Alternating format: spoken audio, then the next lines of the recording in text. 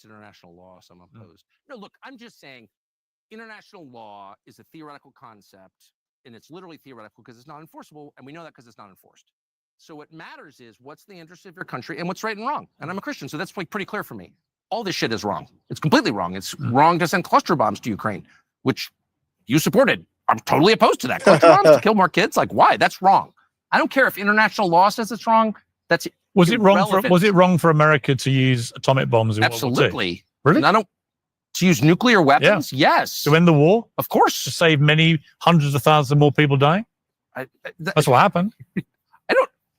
You know, this is not morally referred to in the business as a theoretical assertion. Not really. Everyone is. Well, it's literally theoretical. Whether you agree or don't agree with the use of nuclear weapons, nobody disputes the fact that it brought an end to a war which, had it been allowed to carry on for another 6 months to a year, would have killed many more people. Why drop it on Japan's Christian population? Is there some reason Hiroshima wasn't enough? No, because they wanted to test a different variety of atomic weapon. So, like, I'm against that. I'm against killing civilians. Tucker Carlson, he's feeling himself, and life is complicated. There's been a theme on the show. I have kind of fallen way off on Tucker Carlson, but we call balls and strikes. We are not the NFL referees when the Kansas City Chiefs are playing. We don't bend the rules. We don't change the game to get somebody in or not. If you have not heard Tucker Carlson here annihilate Piers Morgan like he's just a fly, and then go and get into the Daily Wire through Ben Shapiro, you might want to sit down and listen. I'm against firebombing cities. I'm against bioweapons. I'm against chemical weapons. What weapons do you support? I guess conventional weapons. Well, how big a bomb do you support? Look, if you're intentionally killing civilians... Isn't it a question of just of scale? I mean... To some extent it is, yeah. If you believe in a big bomb and it kills 500 people, but you don't agree with one that kills 1,000, what's the difference ideologically? It depends who they are. I mean, I think you can say, there are... So after Pearl Harbor, you think it was wrong with the Japanese refusing to surrender, vowing to kill as many people as they possibly could, that America decided to use its two most powerful weapons to bring an end to the war. Well, I think there's one way to put it. I would say that's one way to put it. But the other is we targeted innocent civilians by intentionally bombing densely populated areas. That's what you're supporting, Piers Morgan? You understand, if you agree with Piers Morgan, you understand that you support another country or our own country doing that to you. Tucker Carlson, Piers Morgan, an interview or a discussion or a debate or whatever the hell you want to talk about, a grown-ass men talking, you do not want to miss. It's more morally justified what America did than what the British did, for example, in carpet bombing Dresden. Actually, I think there was more justification because they were trying to bring an end to the war as quickly as they could to avoid potentially millions more people dying. It's no defense of Imperial Japan or Pearl Harbor or Franklin Roosevelt for allowing Pearl Harbor, which he did. It's not a defense of any of that to say if you're intentionally killing civilians, you probably shouldn't beat your chest and brag about it. Maybe you can make. I agree with that. Maybe you make the case that we had to do it or whatever, but you should. I agree. You should weep, and that's evil, and you should just say it's evil. And I know it's. I thought the tiny hats were good at that, as they strike out, that they would weep. But Ben Shapiro, I think he's trying to reimagine the tiny hats as laughing as they strike out. Like really threatening to. Is it evil? Ben Shapiro to say that or whatever? But is it evil to kill civilians on purpose? Yeah, it is. I think it is. Really? Kids and children. Well, how is it not actually in a war? Well, you can call it whatever you want. How is it right to kill women and children? I didn't say, because I think there is a moral right behind you. If you are literally to kill women and children, if there's a world war that threatens the entire. I got it. I can't. I got to listen to this again. I'm not going to interrupt. A grown man supporting the unliving of innocent, non-combatant women and children. Piers Morgan. That's my interpretation here. Tell me if I'm wrong. It's no defense of Imperial Japan or Pearl Harbor or Franklin Roosevelt for allowing Pearl Harbor, which he did. It's not a defense of any of that to say if you're intentionally killing civilians, you probably shouldn't beat your chest and brag about it. You know, maybe you can make. I agree with that. Maybe you make the case that we had to do it or whatever, but you should. I agree. You should weep, and that's evil, and you should just say it's evil. And I know it's really threatening to. Is it evil? Ben Shapiro to say that or whatever, but is it evil to kill civilians on purpose? Yeah, it is. I think it is. Really? Kids and children. Well, how is it not actually in a war? We can call it whatever you want. How is it right to kill women and children? I didn't say, because I think there's a moral right behind you. If you are literally to kill women and children, if there's a world war that threatens if it threatens the entire world, yes. Some people killed your kids, like your 8-year-old. Like, well, how your own children morally justifiable? Well, because actually you have to. Well, by your criteria, it's disgusting. Okay, it's nothing's so no war is morally justified. I mean, I think it's pretty hard to justify. I mean, yeah, I'm any sure, war, a pure defensive action, sure. But all I'm saying, look, it's all ugly. It's all hard to stomach. I've actually seen some of it up close. Super ugly. You can say that. You can say you hate it. May I finish? The fact you quibble with it being morally justified. To intentionally kill non-combatants, women and children, I think we can say that's wrong. In fact, I thought that was the thing we were fighting against. And censorship and dictatorship, people ruling without being elected, people using force to get their will. Like, I thought that was the whole thing we were fighting against. So how about we don't become that? And I'm just saying all kinds of decisions are made under duress. I have made decisions under duress, foolishly, that I'm ashamed of, including supporting the Iraq war. But why are we defending it? I just don't understand that. And we're defending it, of course, because we're still doing it. And a lot of people are getting rich, and a lot of people find meaning in their otherwise. I'm sorry. What is Tucker wearing? I'm off topic, man. But this whole scene is just bizarre, man. I believe they're in Saudi Arabia, and Tucker is wearing, what is the loafer style with no socks? It's just not for me. I know a lot of people do that. That's just not for me. With the coat and I don't know, man. Piers looks the way Piers is dressed is a little bit better, I think. But this is just a weird scene. Barren lives, rather than like raising decent children, having a productive life, making something, they exist to destroy. I just think that's evil. But you think no military action is morally justifiable then? I didn't say that. But are you implying that? I'm not implying it. I never imply anything. I just say things. It's the deaths of any innocent people. For girls. I'm just telling you what I think. If you kill any innocent people, civilians in a war, you think it's all morally like he said implying things are for girls. Tucker's like falling down, man. This is it right here. In justification. Because I would argue against that. Right. You're arguing against the construct that you created in order to argue against. Not really. I'm being super straightforward. If you're is there any form of warfare that's morally justified? Wait, see, Tucker said we can agree, right, that it's not, we don't need to, and we shouldn't support, and it's not good to unlive innocent women and children. We agree, right? Right? Go on. Let me finish. I'm saying when you intentionally kill women and children, when you wage war through fear by murdering the civilian population, I don't think that's a good thing. And yeah, let's hard stop. Can we agree or not on that, Piers? I don't think you should be defending it, and I don't know why it's such a threat to say that out loud. If you're firebombing... We know why it's a threat to say it out loud. Because there's one country that is always in our business that makes it their business to do that. Someone's city, as we did Tokyo, as you guys did Dresden, and a lot of other cities, by the way, in both of those countries. If you're dropping atomic weapons in the middle of town on a Catholic church, I don't know why you have to look back 80 years later and be like, that was a great thing. It wasn't a great thing. It was a shameful thing. And we should be better than that because we're not savages. Because we're Christians. But I don't agree with you. I don't agree with it. Okay, apparently you don't. I don't. You said right on the camera, it's okay to kill 8-year-olds because it's war. No. Oh my. Piers said he does not agree. It's not okay to kill 8-year-olds. I didn't say anything is okay. What I said is morally justified. What does that mean? He's supposed to be a Catholic. Holla at me, Catholics. What's going on? Hey, you guys, let's check in and see how Catholics are doing. Women and children. When you wage war through fear by murdering the civilian population, I don't think that's a good thing. And I don't think you should be defending it. And I don't know why it's such a threat to say that out loud. Let's check in on Catholics. If you're firebombing someone's city, as we did Tokyo. I'm trying to time it for when Piers Morgan comes in. Let's check in on, hold on. As you guys did Dresden, and a lot of other cities, by the way, in both of those countries. If you're dropping atomic weapons in the middle of town on a Catholic church, I don't know why you have to look back 80 years later and be like, that was a great thing.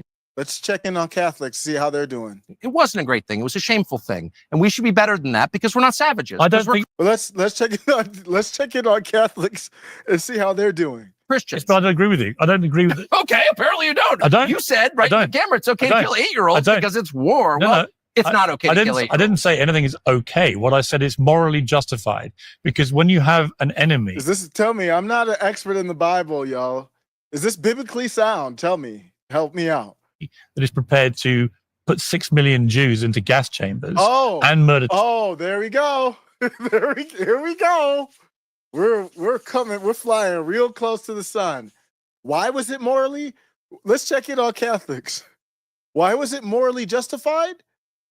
They have been named. War. No, it's not okay to kill 8-year-olds. I didn't say any bizarre take you see, especially from the right, what people call, I don't know how to define that, but whatever all of everybody calls the right, and that's what they would call these two.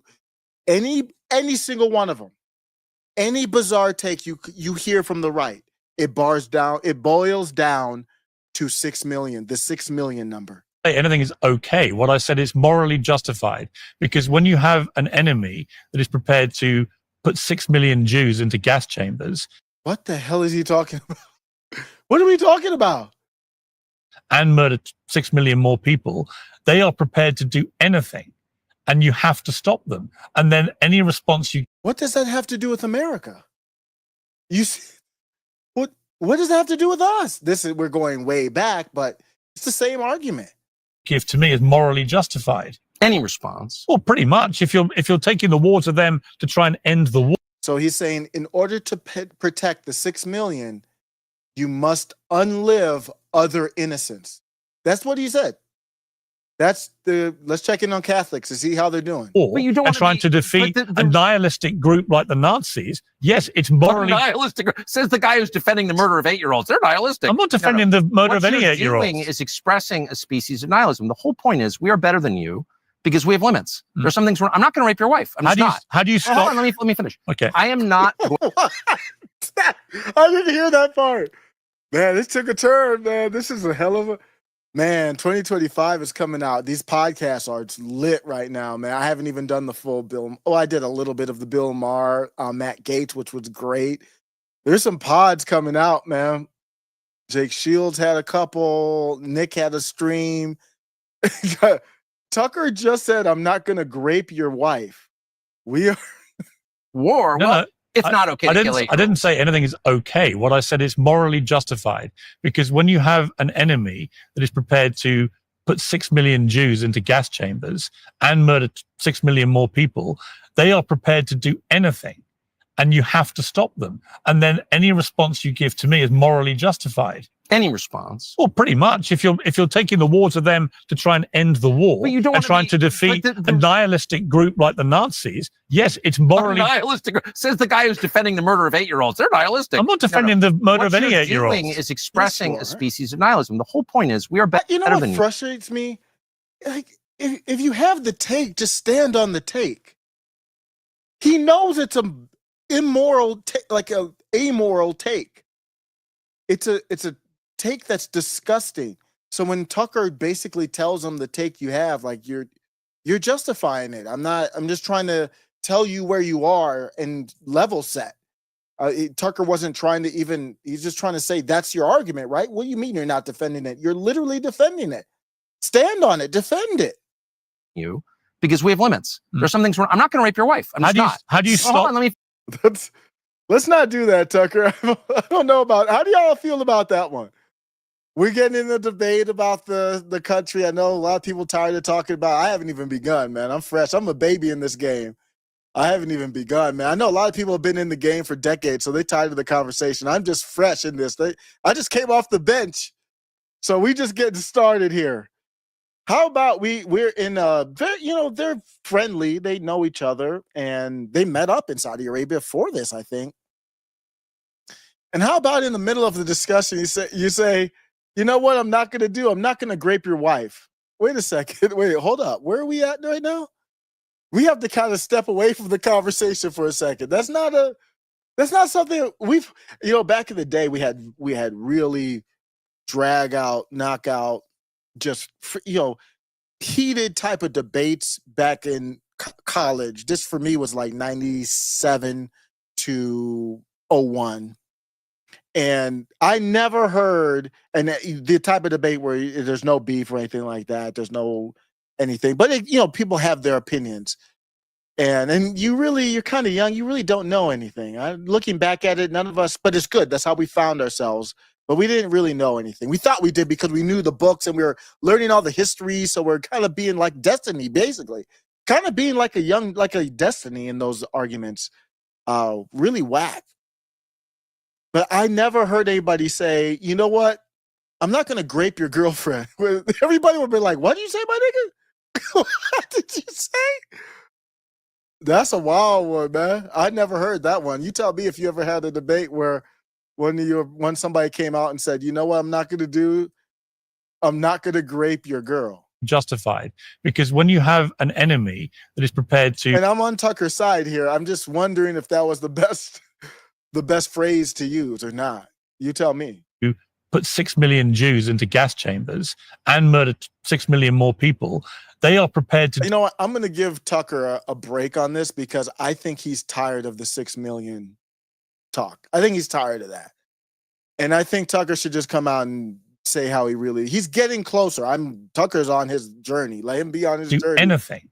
And you have to stop them. And then any response you give to me is morally justified. Any response? Well, pretty much. If you're taking the war to them to try and end the war and trying to defeat a nihilistic group like the Nazis, yes, it's morally nihilistic. Says the guy who's defending the murder of 8-year-olds. They're nihilistic. I'm not defending the murder of any 8-year-olds. What you're doing is expressing a species of nihilism. The whole point is we are better than you because we have limits. There's some things I'm not going to rape your wife. I'm just not. How do you stop? Hold on, let me finish. Okay. I am not going to behave like an animal.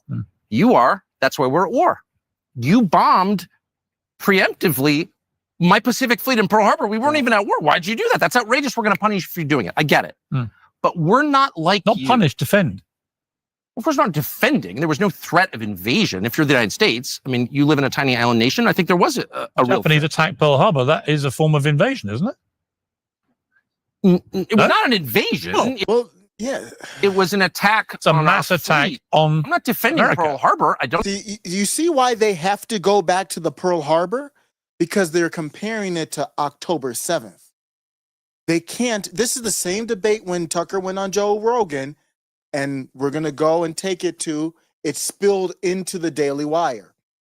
Because, did Tucker name? Yeah, Shapiro was named. He didn't subtweet him. He actually named him. So Jeremy Boring had to come in. Before we get to Jeremy Boring, this X account that called Middle MAGA, the website is under construction right now, but this account called Middle MAGA says the only time a grown man defends the unliving of innocent women and children is when he's more afraid of the people who unlive innocent women and children than he is of his own conscience. And that's what you see with Piers Morgan and Jeremy Boring as well. Jeremy Boring he was fully crashed out on this. Let me go over to the Middle MAGA feed, and I kind of put it together. Here it is. Piers Morgan was arguing in favor of unliving innocent women and children. And you guess who else was? Because he had to. Jeremy Boring quote tweeted the clip you just heard. It was a smaller clip, but the same discussion. He said, anyone still blind to what Tucker is doing is willfully so. He isn't hiding it. This is I'm going to show the tweet. There it is, Jeremy Boring.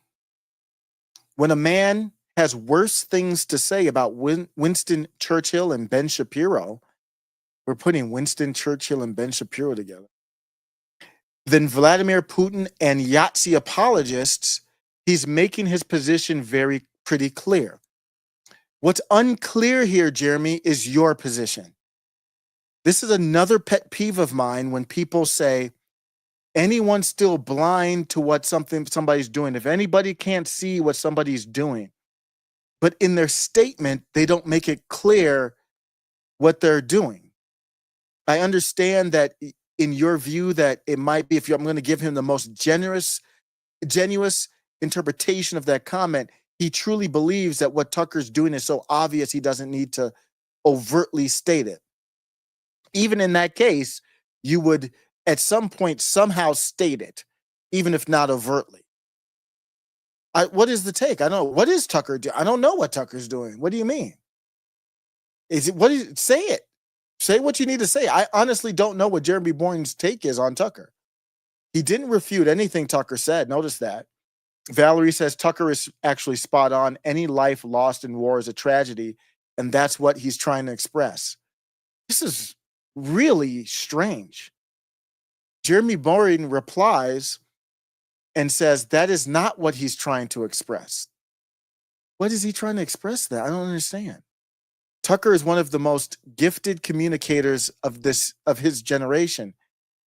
He isn't just misunderstood. Jeremy, what are you talking about? I honestly don't know. What do you say it? Somebody else said, I've been saying for years that Tucker isn't a brilliant communicator. He's a manipulative one. Every word is carefully placed. Every pause deliberate. He doesn't engage in honest dialogue. He sets traps, luring guests into conversation they think they control until it's too late. Most don't even realize they're being cornered to serve his agenda. The best way to handle someone like him, don't take the bait. A simple, let me think about your question and get back to you, denies him the setup he's counting on. There's no tangible refute here. I don't even know what the take is. So there's a lot of people just talking about Tucker, and I don't even know what they're not engaging in anything he said because they know once you do that, it's over. I mean, even the weakest of debaters or political pundits or people online could dissect you. That's why Jeremy Bourne didn't say what he meant to say. Joining Lot. Yo, brother libertarian, what's up? He says, let's freaking libertarian go. Yeah, Angela McArdle dropped some bombs on her way out, didn't she? People in their feelings about it. She's a hero, an American hero. And I like to see people kind of really reacting, triggered to what she's saying and what she's doing, because they're just continuing to expose why the left libertarians or the non-based libertarians are just jokes. Let's get over to the libertarian. We're going to go. This is a round table one. There's so many clips. We're going to get in and out. I'm going to set a timer. We're getting in and out of the clips very quickly here. Okay, Google. Set a timer for 8 minutes. We're out.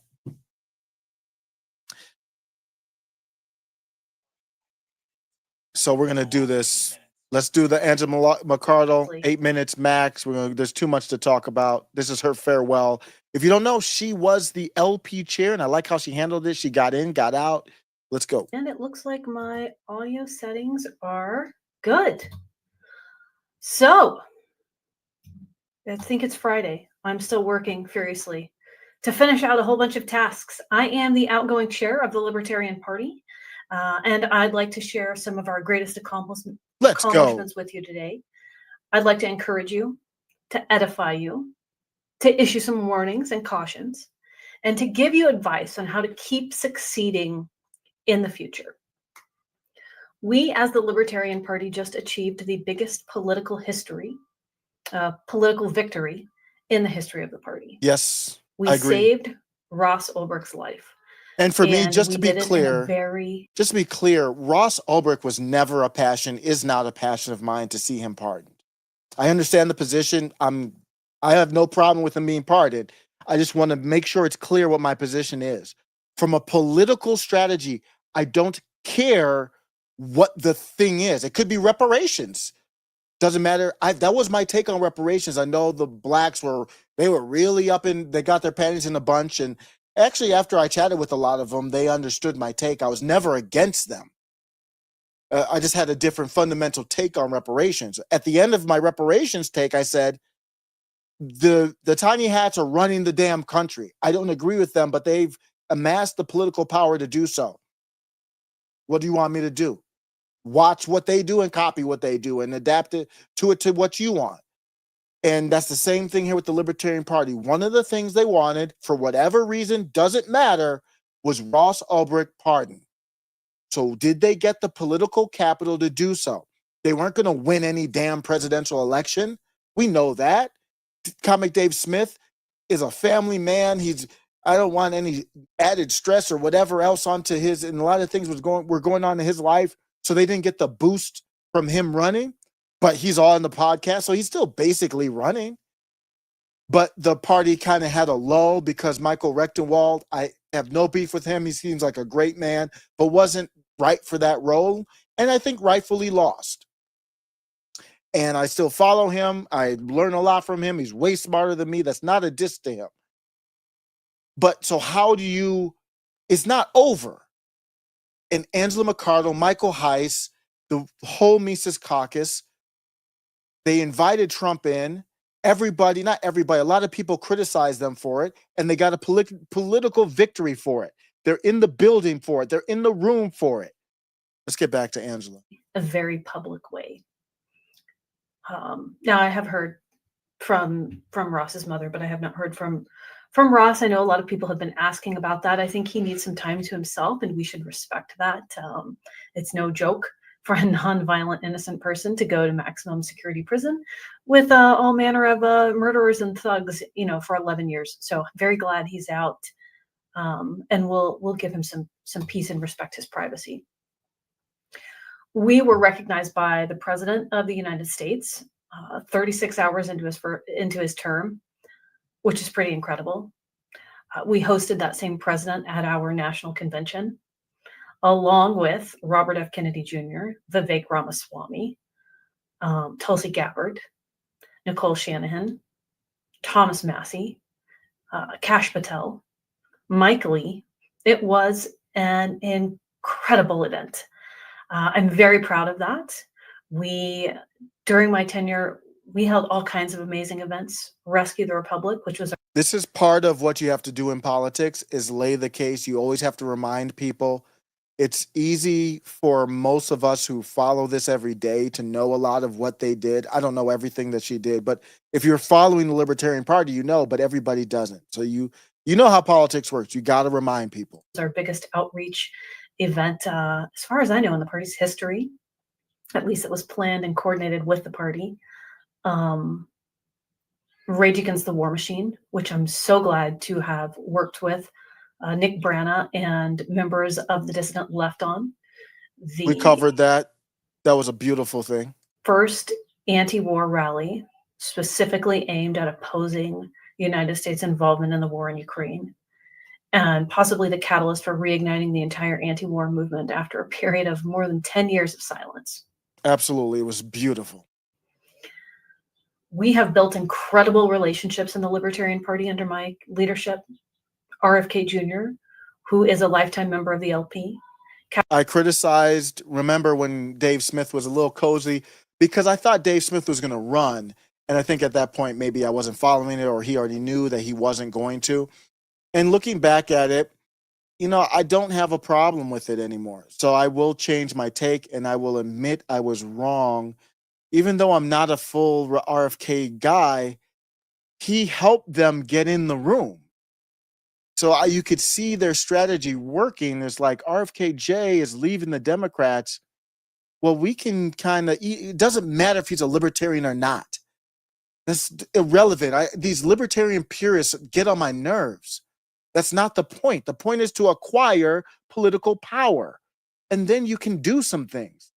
And the Libertarian Party wasn't even going like MAGA, widening the tent. They were making relationships to acquire power, to get more visibility on their positions. They didn't change their positions. Let's get back to Angela McArdle. Kash Patel, who was our guest speaker at Freedom Fest. Brett Weinstein, who was also our guest speaker at Freedom Fest. Tulsi Gabbard, a guest speaker at Rage Against the War Machine. Thomas Massey, a guest at our convention. Mike Lee, a guest speaker at our convention. There's been a lot of incredible relationships built. Robert Breedlove, Dr. Peter McCullough, we're grateful for all of the attention that you've given us.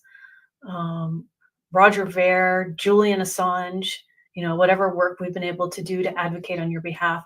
I'm very grateful and happy that I was able to do that. And of course, Ross Ulbricht.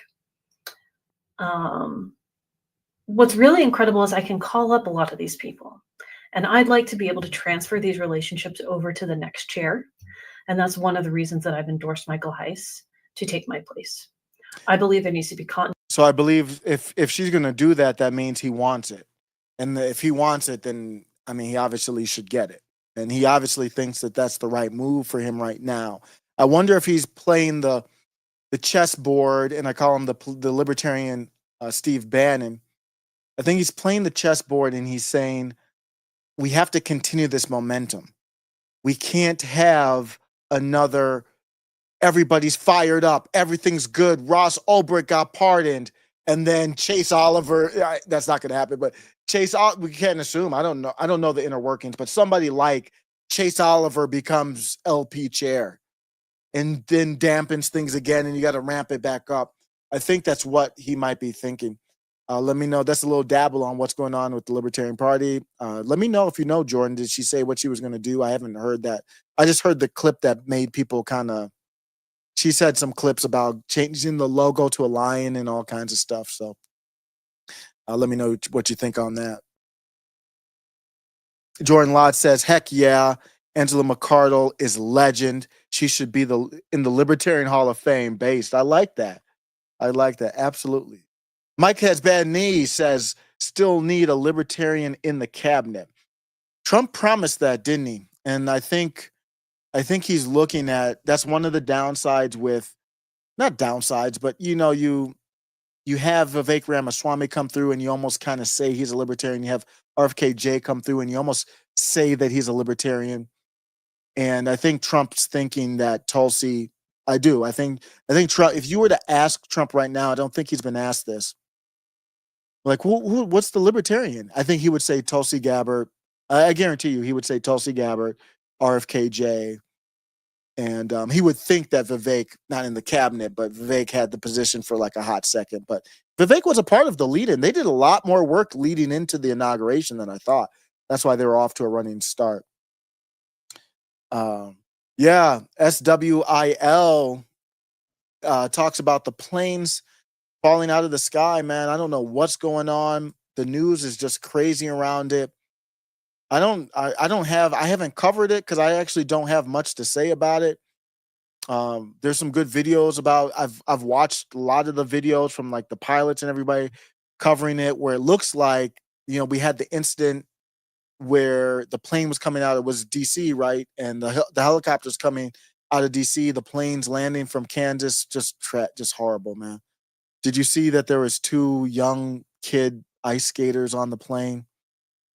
Man, as I get older, I'll be honest, when I was young, those stories didn't bother me at all. I was just young and stupid, like 18-year-old. Not that I was celebrating or anything. It just wouldn't do anything. I'd be like, okay, I'd be eating my Cheerios and seeing like, young kids died on the plane. Like, okay, what was the score of the Cavs game?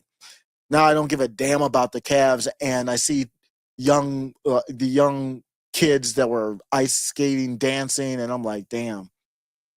I'm like, damn, I gotta pause for a second. It's just, I fly, not a lot per year, but we just flew in, December, and it's hard not to imagine being on the plane, man. It's a dark thing to imagine, not to be selfish. It's prayers up to the families.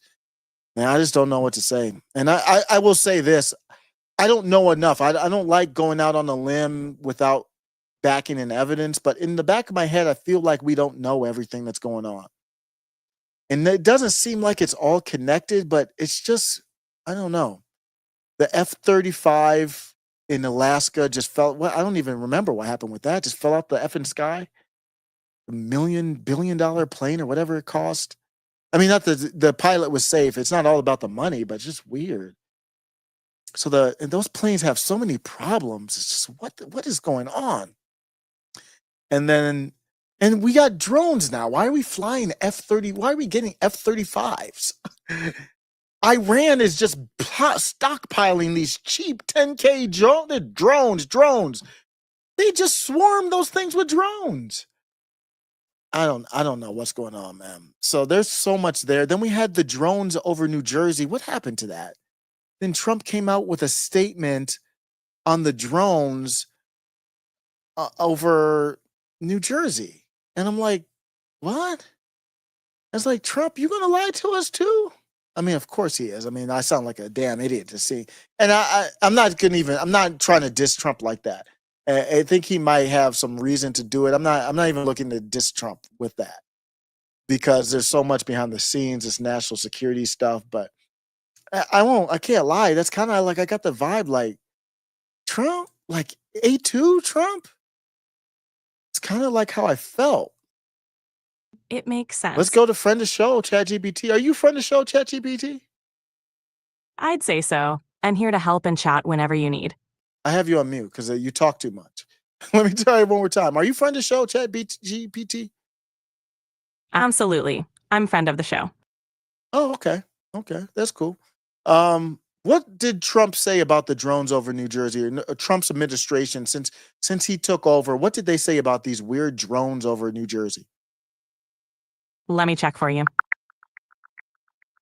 In late 2024, there were numerous drone sightings over New Jersey, causing public concern.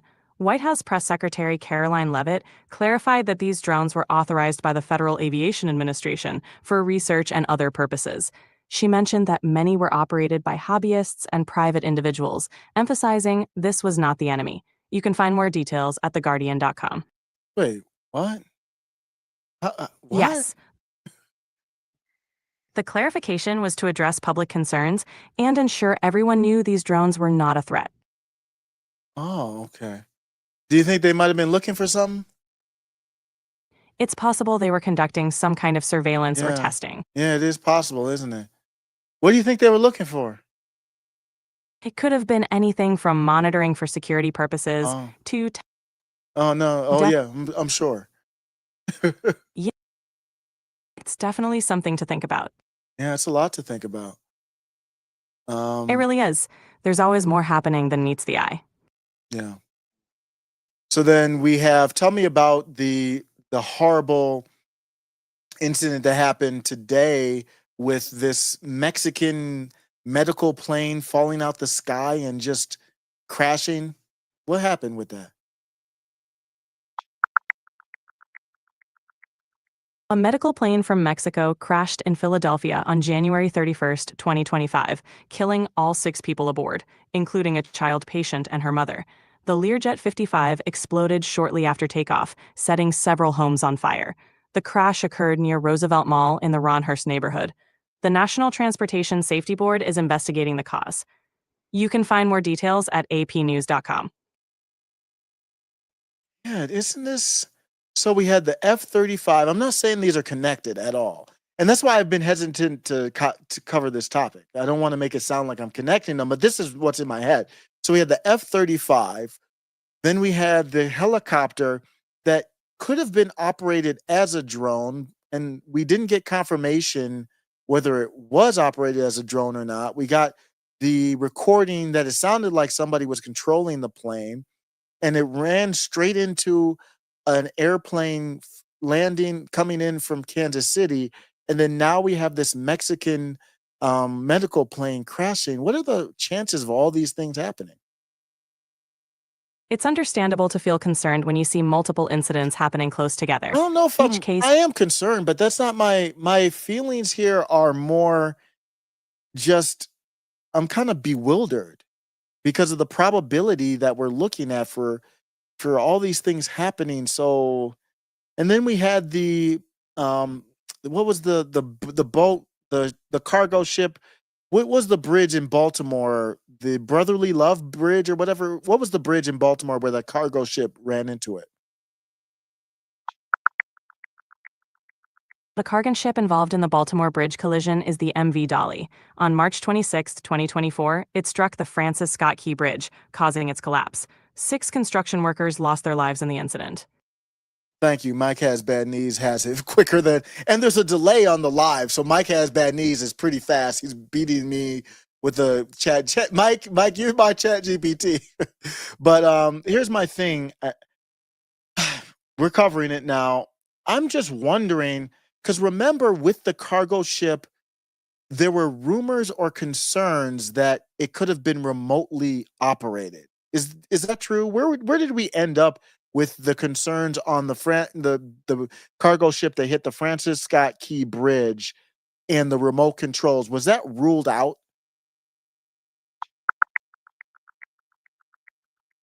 I couldn't find any credible information suggesting the cargo ship that struck the Francis Scott Key Bridge was operated remotely. You're not. No. I don't understand how you are a program that doesn't understand what I'm saying.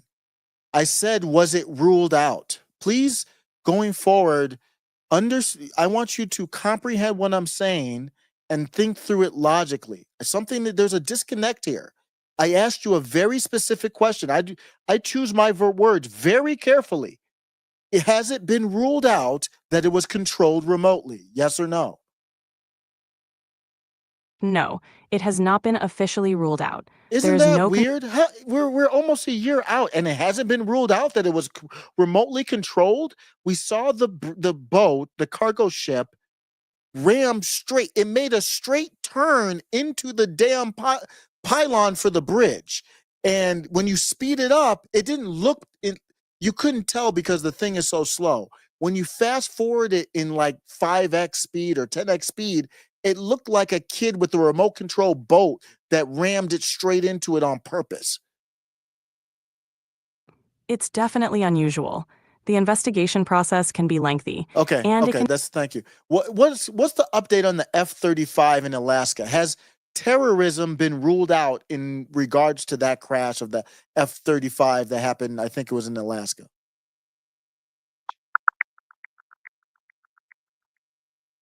An F-35 fighter jet crashed at Carlson Air Force Base in Alaska on January 28, 2025.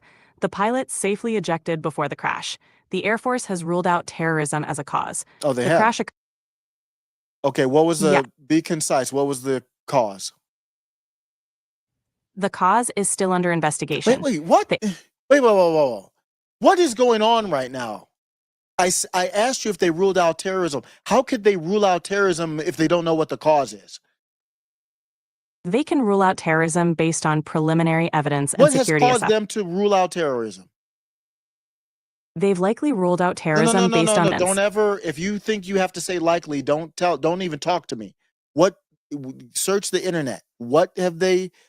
I don't think you're searching the internet. I think that's the problem. I'm going to need you to make sure that you're getting the updated information. I'm just using you, to be honest, because I'm lazy. I don't even want to type in perplexity. Perplexity is better for these type of conversations, but I'm on air live, so this is better for me than to have to tap dance while I type. I'm not Destiny. I'm not the Black Destiny. I can't do that shit. I don't know how he does that, man. That dude is a robot. Here's what I need from you. Don't give me a likely. Let me go back. Search the internet. Did they rule out terrorism or not?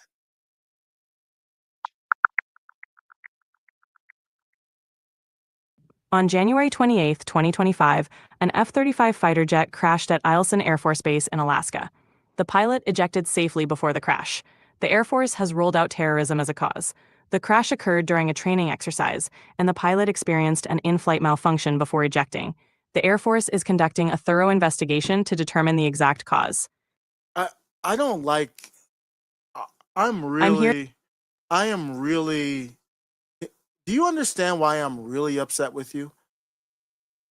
I'm sorry if I've upset you. I'm here to help. Please let me know what I can do. It's my fault. I take 100% ownership of it. I am very upset. You told me that they ruled out terrorism. It is impossible for them to have ruled out terrorism if they don't have a cause for the damn accident. I understand your concern. They may rule out terrorism based on available evidence, even if the exact cause is still being determined. That is bullshit. So they have not ruled out... That's bullshit. They have not ruled out terrorism. You're triggering me. Let's go on to the... I know they haven't, but let me ask you anyway about the tragic accident that happened coming out of... Was it Dulles? Or I forget which airport in D.C. with the helicopter. It was a helicopter that ran straight into the plane that was descending on runway 33. That's an interesting runway to be descending on that they rarely use. But tell me, have they ruled out terrorism with that?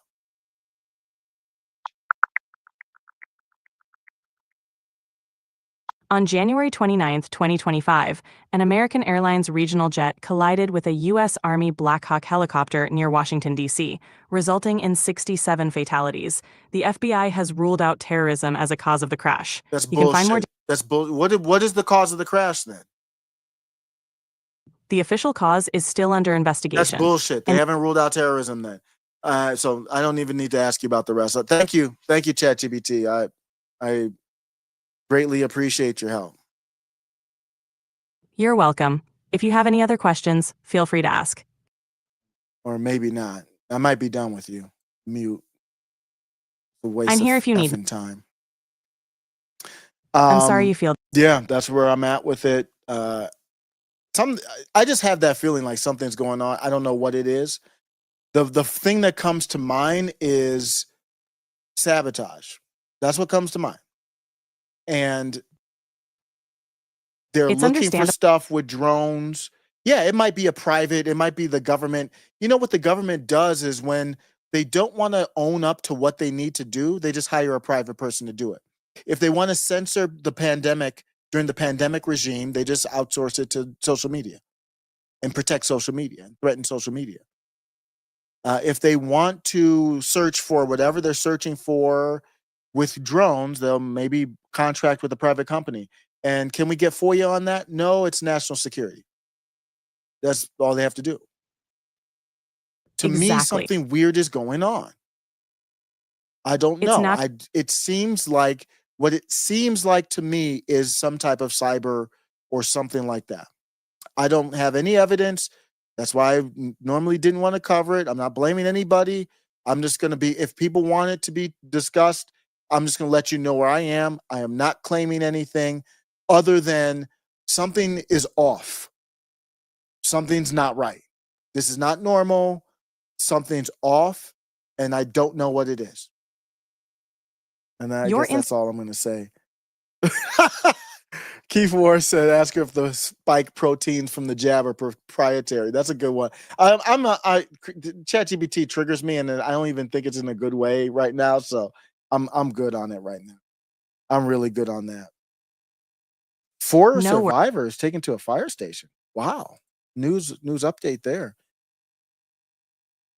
That's good. Yeah, typically when you go live, you want to talk about those things, and I've kind of done that before, and I don't know. I just didn't feel like doing it this time. But thank you for bringing that up. So we at least, it's the elephant in the room. Like there's big news going on, but it's just I don't know what to do with it right now. We're not getting good information. In my opinion, there's no legitimate conversations of going on. Like, why am I the one?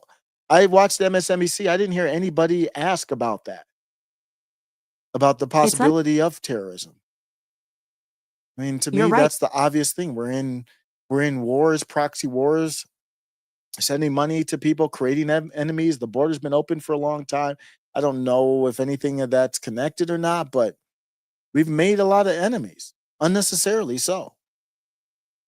And it's under all the ones who are paying the taxes are the ones who are probably going to pay the price for it too, and that's deserved. If we're going to allow our politicians to be corrupt, and rule us in this manner, then we will get what we deserve. I was going to say I have no problem with that. That's not the case, but I do have a problem with it. But that is how it should be.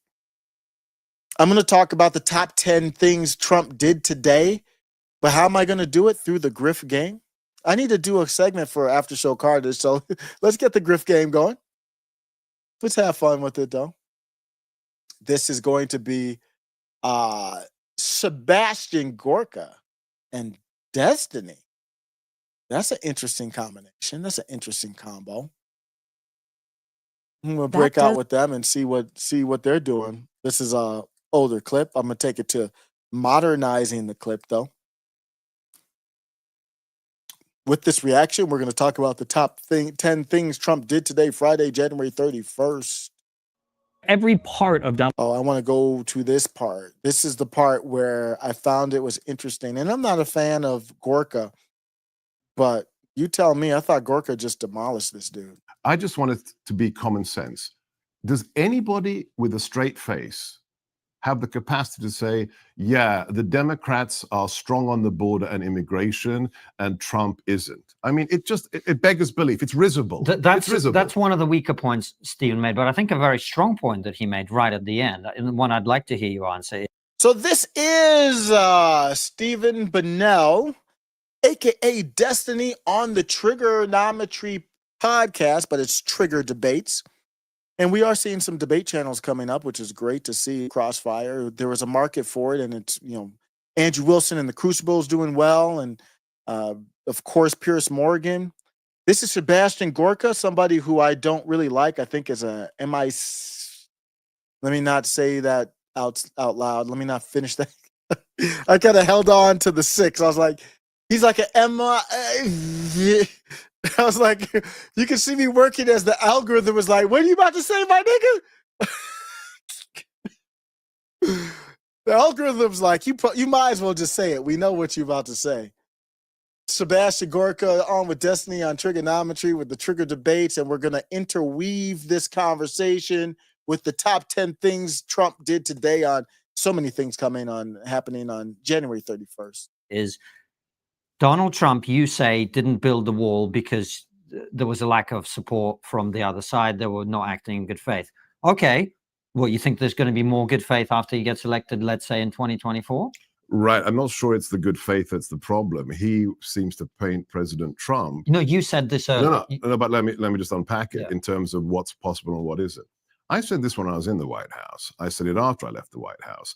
Donald Trump won the election despite the GOP, not thanks to the GOP. I mean, this is the oddity. I mean, this is what Americans forget, and I find it funny that I have to, remind Americans who were born here, unlike me, a legal immigrant, that Donald Trump, the American people did something utterly historic in 2016. Because prior to that, you don't want to miss this. If I'm going to give Sebastian Gorka credit, he did pretty well, and that's what I'm going to do here. Every chief executive, from George Washington to Obama, was from the same class. They were either senators, congressmen, governors, or retired 4-star generals. Every single one, from George Washington to Obama. Then what did the American people do in 2016? They say, we've had it with the swamp, the establishment, the rhinos, the Democrats. They elect a man who's never run for any office, not county dog catcher. A guy who has no political background, and they say, F you to the establishment, we want him. That's actually historic. Yep. Now, that's what the president had to compete with. When we walked into the White House on January 21st. Yep, let me pause it and talk about the first thing that I wanted to talk about that Donald Trump did today, January 31st. He did solidify the tariffs. Looking at the news, Trump confirmed 25% tariffs on Canada and Mexico and 10% on China starting now. In the East Coast, it's about midnight here in the Mountain Time Zone. He rejected last-minute negotiations. Canada's Justin Trudeau, he said, you know what? We're going to have retaliation, but, you're going to be out. He's not running for re-election, so he's going to be out. But the tariffs are for real. Donald Trump confirmed them. Let's get back to the clip. That's the news today. So you see Sebastian Gorka talking about 2016. You fast forward to today, I have to give Trump 100% credit. That is an America First position. It is a costly one that would increase prices on Canadian imports, but that is what you need to do if you want to rebuild America. Let's get back to the clip. I said this publicly back then. There were less than 20 of us in senior positions like myself who were actually America First and MAGA, right? Because it was an insurgency. It was a political insurgency. The establishment hated President Trump. We had people inside the building who were actively subverting him, even his former chief of staff. That will not happen in a second Trump administration because the president understands what Reagan taught us. Personnel is policy. We can't have, people betraying the will of the American voter inside the wire, inside the building. It's more than just, oh, well, he didn't pass legislation. He actively had people who believe in the footsie under the table with the other side. Yes, he did. Donald Trump was fighting against that. Sebastian Gorka still I mean, he basically put Destiny over his knee and just spanked him as far as debates go. I mean, this is just really bad. But the second thing that Trump did that I want to go over is this transformer protection rollback. Public health, this is via the AP, so it's a trusted source, YouTube. Did you hear that? A trusted source, YouTube. Public health data disappeared from websites. Entire web pages went blank and employees erased pronouns from email signatures. Mayor Pete Buttigieg. Trump didn't have the power to mandate that. AOC already removed the pronouns from her profile. This is big news. Mayor Pete removed the he, him.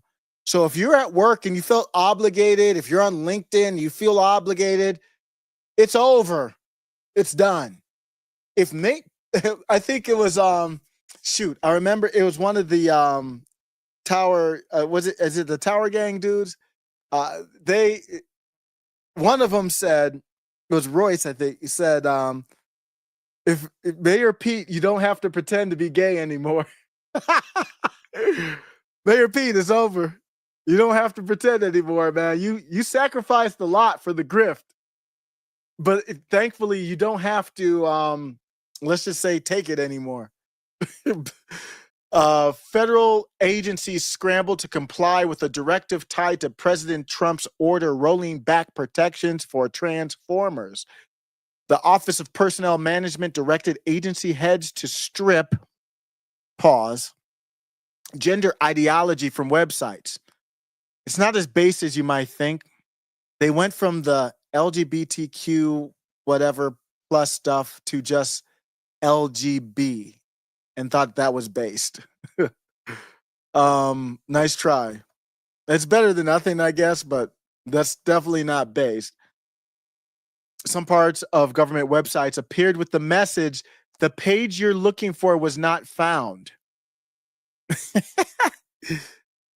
That is and I saw some trolling stuff. I don't know if it was real or not. So I'm not reporting that. I don't see it on the AP. They probably wouldn't have put it on there if they didn't want to. But let's get back to the clip. I'll get my cushy, lobbyist job after I leave Congress. That's changed in the last 8 years. The Republican Party now is MAGA, is America First. There's a few holdouts and rhinos who are leaving, like Mitt Romney, but the situation for getting even more stuff fixed is much brighter than it was when we walked in 2016. Stephen, anything you want to say? Populism usually takes a pretty predictable route where people are frustrated with. See, this is again the left, or a lot of these people, populism. What they're really saying is popularism. They're not talking about populism. Populism has nothing to do with how popular something is. By my definition, Destiny's not talking about populism. You can make up whatever definition you want for any word. The way he's using populism is not the way that I use populism. So bring it back and you hear him say populism. No, he's talking about being popular. That's a completely different thing. Was when we walked in 2016. Stephen, anything you want to say? Populism usually takes a pretty predictable route where people are frustrated with a set of circumstances, which, to be fair, there's a lot of things to be frustrated about. And what you do is you turn to a strong man who promises to deliver you from all of your evils, to deliver you from the pain and the suffering of whatever around you, because I thought you were for democracy. Isn't that how democracy works? He's talking about popularism. Isn't that how it works, Stephen? He's the one source of truth, the one source of goodness, the one guy that can get the job done. That's what Donald Trump sold himself as when he came into office. And like every populist, he came in, he overpromised, and he underdelivered. Trump failed on every single conceivable metric when it came to being a president. Besides, and I will admit, he is very funny. He's very funny. He's got good stage presence, and he can work a crowd. That's not a small thing. But yeah, Destiny did have to admit that. Let me look at Mike. Mike has bad knees. Says you keep wilding out on ChatGPT, but it's just giving you the information that's publicly available. It is a logical thinking, as far as it, not like humans, but it processes information. You can give it math problems to solve, logic problems. Like if you're going to do a test or something like that, I literally, here's what I use ChatGPT for, believe it or not. I took pictures of my kids. So my kid came home. I'll tell you, my 8-year-old came home, and he came home with a math test that wasn't up to the standard that I expect. And I wasn't like harsh or punished like that, but I was like, well, number one, don't even look at that tablet until we figure out what the hell's going on. Well, I didn't say it like that, but in my head. And so, I came to him, say, hey, what's going on? And I think what it is that he just wanted to rush through the test and didn't really read it through. So here's what I did. I took pictures. This is how good ChatGPT is. I took pictures of his test. I already know the answers. It's actually pretty advanced for 8-year-old. I didn't know we did all that at 8-year-old. So I was surprised, but almost like algebra. Basically, he's just doing fractions.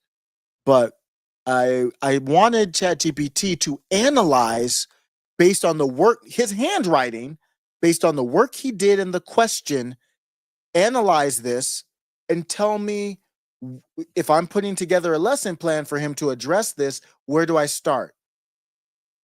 It did it flawlessly. Read without one error. It's so much better than it used to be. It used to have these errors.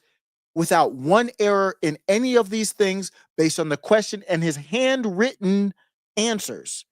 It said, this is what he did, this is what he thought through, and here's what I recommend. Here's the concepts that he struggled with. And then I said, give me 5 questions on the first thing I need to kind of drill him in on to get this better. We did 20, so I did 4 sheets of the 5, did it with him, boom, boom, boom. Done sharp.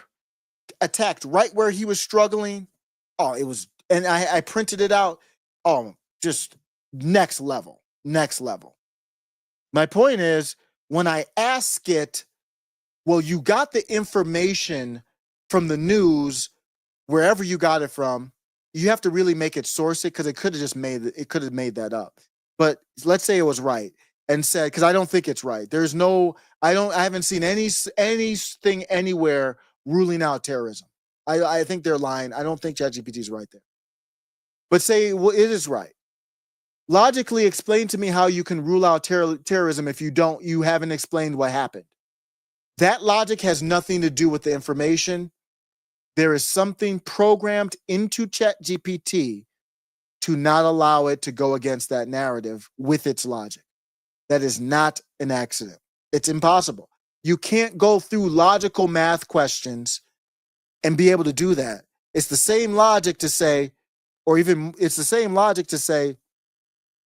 if they don't know if they haven't released what caused it, or they're saying they don't know what caused it, they can't rule out terrorism. It's impossible.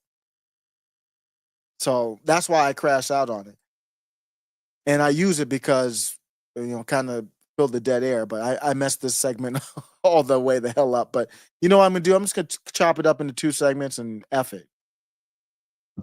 That's why the economy was pretty good during this period until COVID hit. The economy was good, but I mean, like, you can Google markets, you can look at indicators, like everything had been hitting all-time highs since 2013 under Obama, right? Ever since the economy crashed after 2007 and started to recover, that same recovery happened under Trump. And it was happening with pretty low interest rates, and it was just a carry on from Obama's administration. I actually think that is a fair, who knows how much was it both, but objectively, Trump wasn't bad on the economy, but Trump didn't control the interest rates, but the interest rates being literally zero, basically, to recover from the bank crash, the housing crash of 2008, created a bubble. So that is fair. But that's not something to be able to say Trump was bad unless you're going to also say Obama was bad.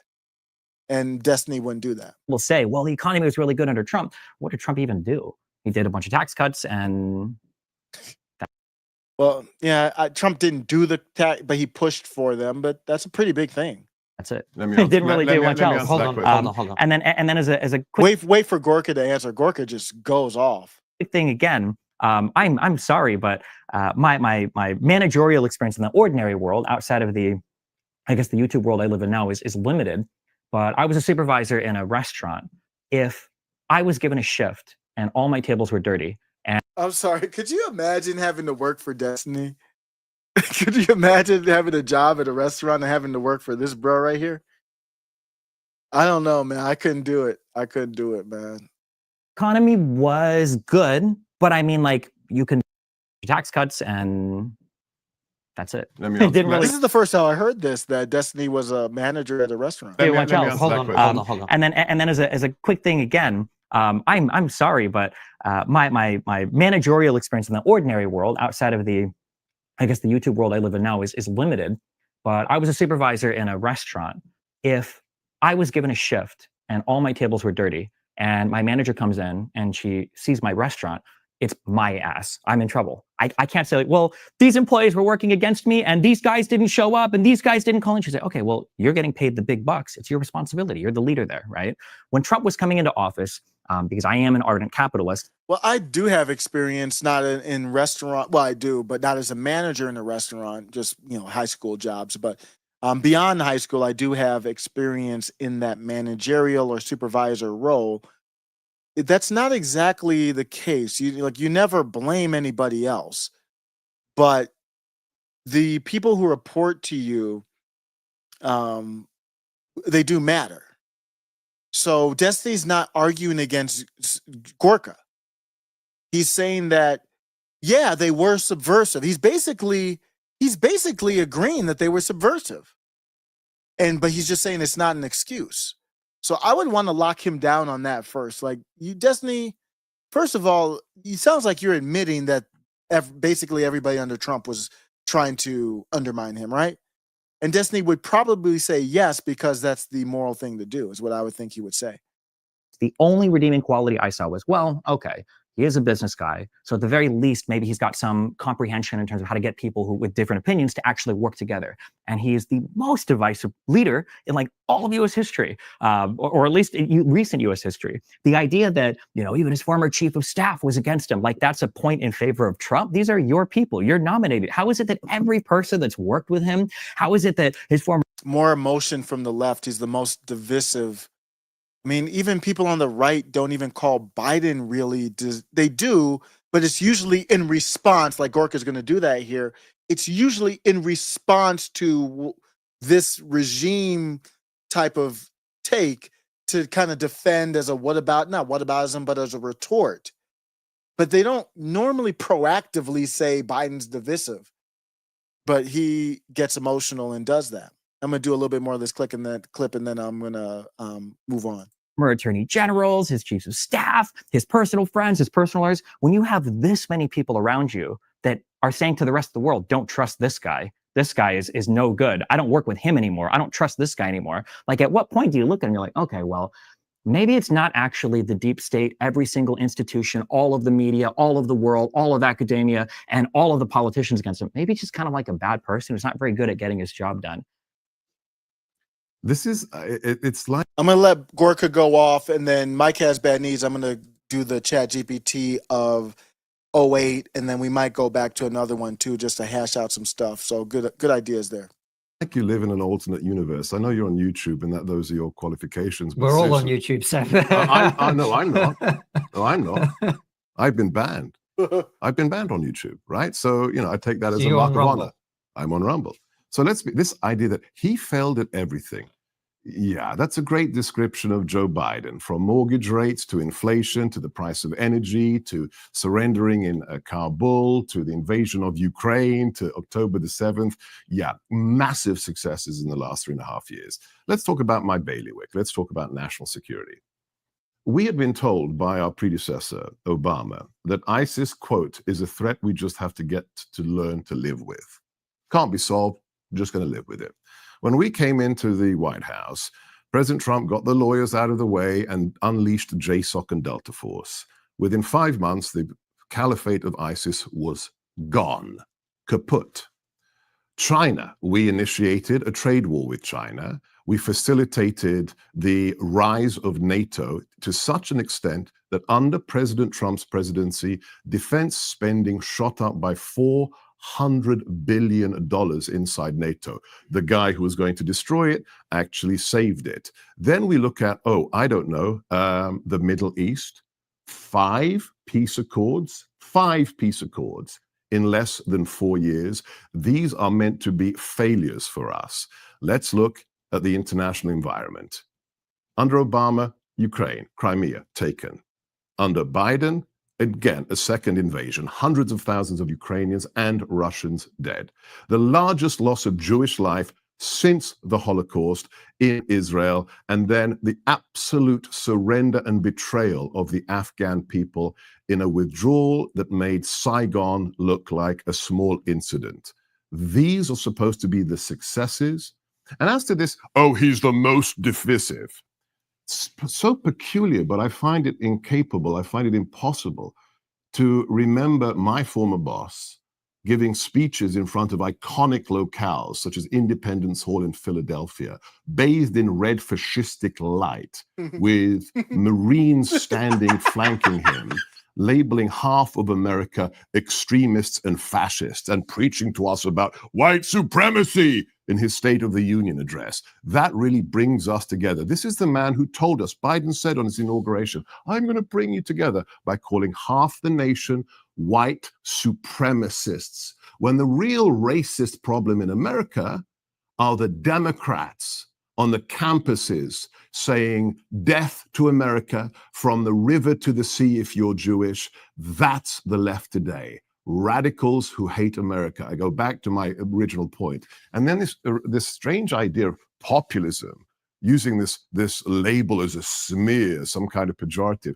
I don't know. I remember the good old days where if you had the popular support of the people, that was a good thing. I don't like the elites. They stink. They're corrupt. But a guy comes along who has popular support. No, the elites will decide. Just like Sam Harris destroyed himself on your podcast when he said, I don't care if Hunter Biden had dead children in his basement. The plot against Donald Trump and the election in 2020 was, quote, justified. That's the left. That's the other side. Those are the divisive people. You just saw somebody get graped in the debate. That's awkward, man. I'm sorry. That was an ass kicking. That's the out here getting his ass kicked. That was ugly. There's nothing else to say about that. Let's do the quick. I'm gonna try not to crash out. There's different personalities with the ChatGPT if you're not familiar with it. The ChatGPT, and competition breeds excellence, and this deep seek AI that came out, I've only played with it a little bit. I'm not as impressed as everybody else. I think the more impressive stuff is like the cost it didn't cost as much for them, for China to do it, and they kind of stole. That's what they do. I've seen that all the way going back to college. There's a culture there. I talk about the blacks in the culture I see. I talk about the Jeets in the culture I see. I talk about the dreidels in the culture I see. And there's a culture with the Asians. And what the culture with the Asians that I see is that they win at all costs. If you're not cheating, you ain't trying. They will cheat on your test. They will cheat to get in a university. And not to say obviously that they're not smart or anything. That's like, maybe it's because they're just so smart. You have to get an edge by cheating. They don't care. They will steal the copyrights. Bitch, come here. I'm taking that from you. They don't care. That's just what I've seen. Maybe that's just from my instincts and my life coming up and all from. I've seen it. I know people in agriculture, in academia, in technology and engineering. I've just seen it over and over. Just like that's why Tesla basically made some of their stuff open source. They're like, this bitch is going to steal it anyway. Let me look at see if I can get a different personality with ChatGPT. ChatGPT, tell me about the different personalities. I'm doing a live YouTube, and I need precise. I need accurate information. I need logical thinking. Which one of your personalities would be the best for what I need right now? The default ChatGPT personality is designed to be precise and logical. If you need accuracy and straightforward responses, that would be the best. Hey, what's up? Feel free to ask me about anything. Hey, I'm ready to hit. Hey there. Hi there. I What just is want the to share. default? Hi Oh, there. just the Nice to default. meet you. Hey, it's great to meet you. Hey, how's it going? Hello. It's Hi, glad to meet you. Easygoing, Hey, what's up? versatile. Feel free to ask me about anything that's on your mind. Hey, I'm ready to hit. Hey there. I've got a Hi there. I just want. Hi there. Nice to meet you. Hey, it's great to meet. Hey, how's it going? Hello. It's lovely to meet. Hi, glad to meet you. Hey, what's up? Feel free to ask me. Who is the What's the mic on? The default personality is me. I'm here to help with accurate information and logical thinking whenever you need. Okay. We have a chat from friend of show, Mike Has Bad Knees, says the recovery from 2008 took longer because of Obama. He wants me to ask you, ChatGPT, Madam ChatGPT, what do you think about that comment? The recovery from 2008 was influenced by various factors, including policies enacted during the Obama administration. Some argue that certain measures extended the recovery period, while others believe they were necessary for stability. It's a complex topic with many viewpoints. If you want more details, feel free to ask. Give me more details. Sure. The 2008 financial crisis led to significant economic challenges. The Obama administration implemented policies like the American Recovery and Reinvestment Act to stimulate growth and stabilize the economy. Critics argue that some measures like prolonged low interest rates and increased regulation might have slowed recovery. Supporters believe these steps were essential to prevent a deeper recession. Overall, it's a nuanced discussion with varying perspectives. If you want more specifics, let me know.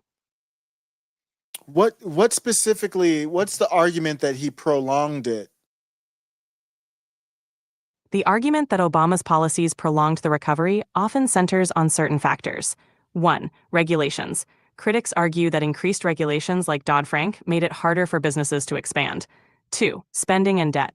Some believe that large stimulus packages increased national debt, potentially creating long-term economic drag. 3. Tax policies. Some argue that certain tax policies did not incentivize investment and hiring. Overall, these points are debated among economists and policymakers. If you want more details, feel free to ask. Yeah, I mean, was this the too big to fail that happened after the crash?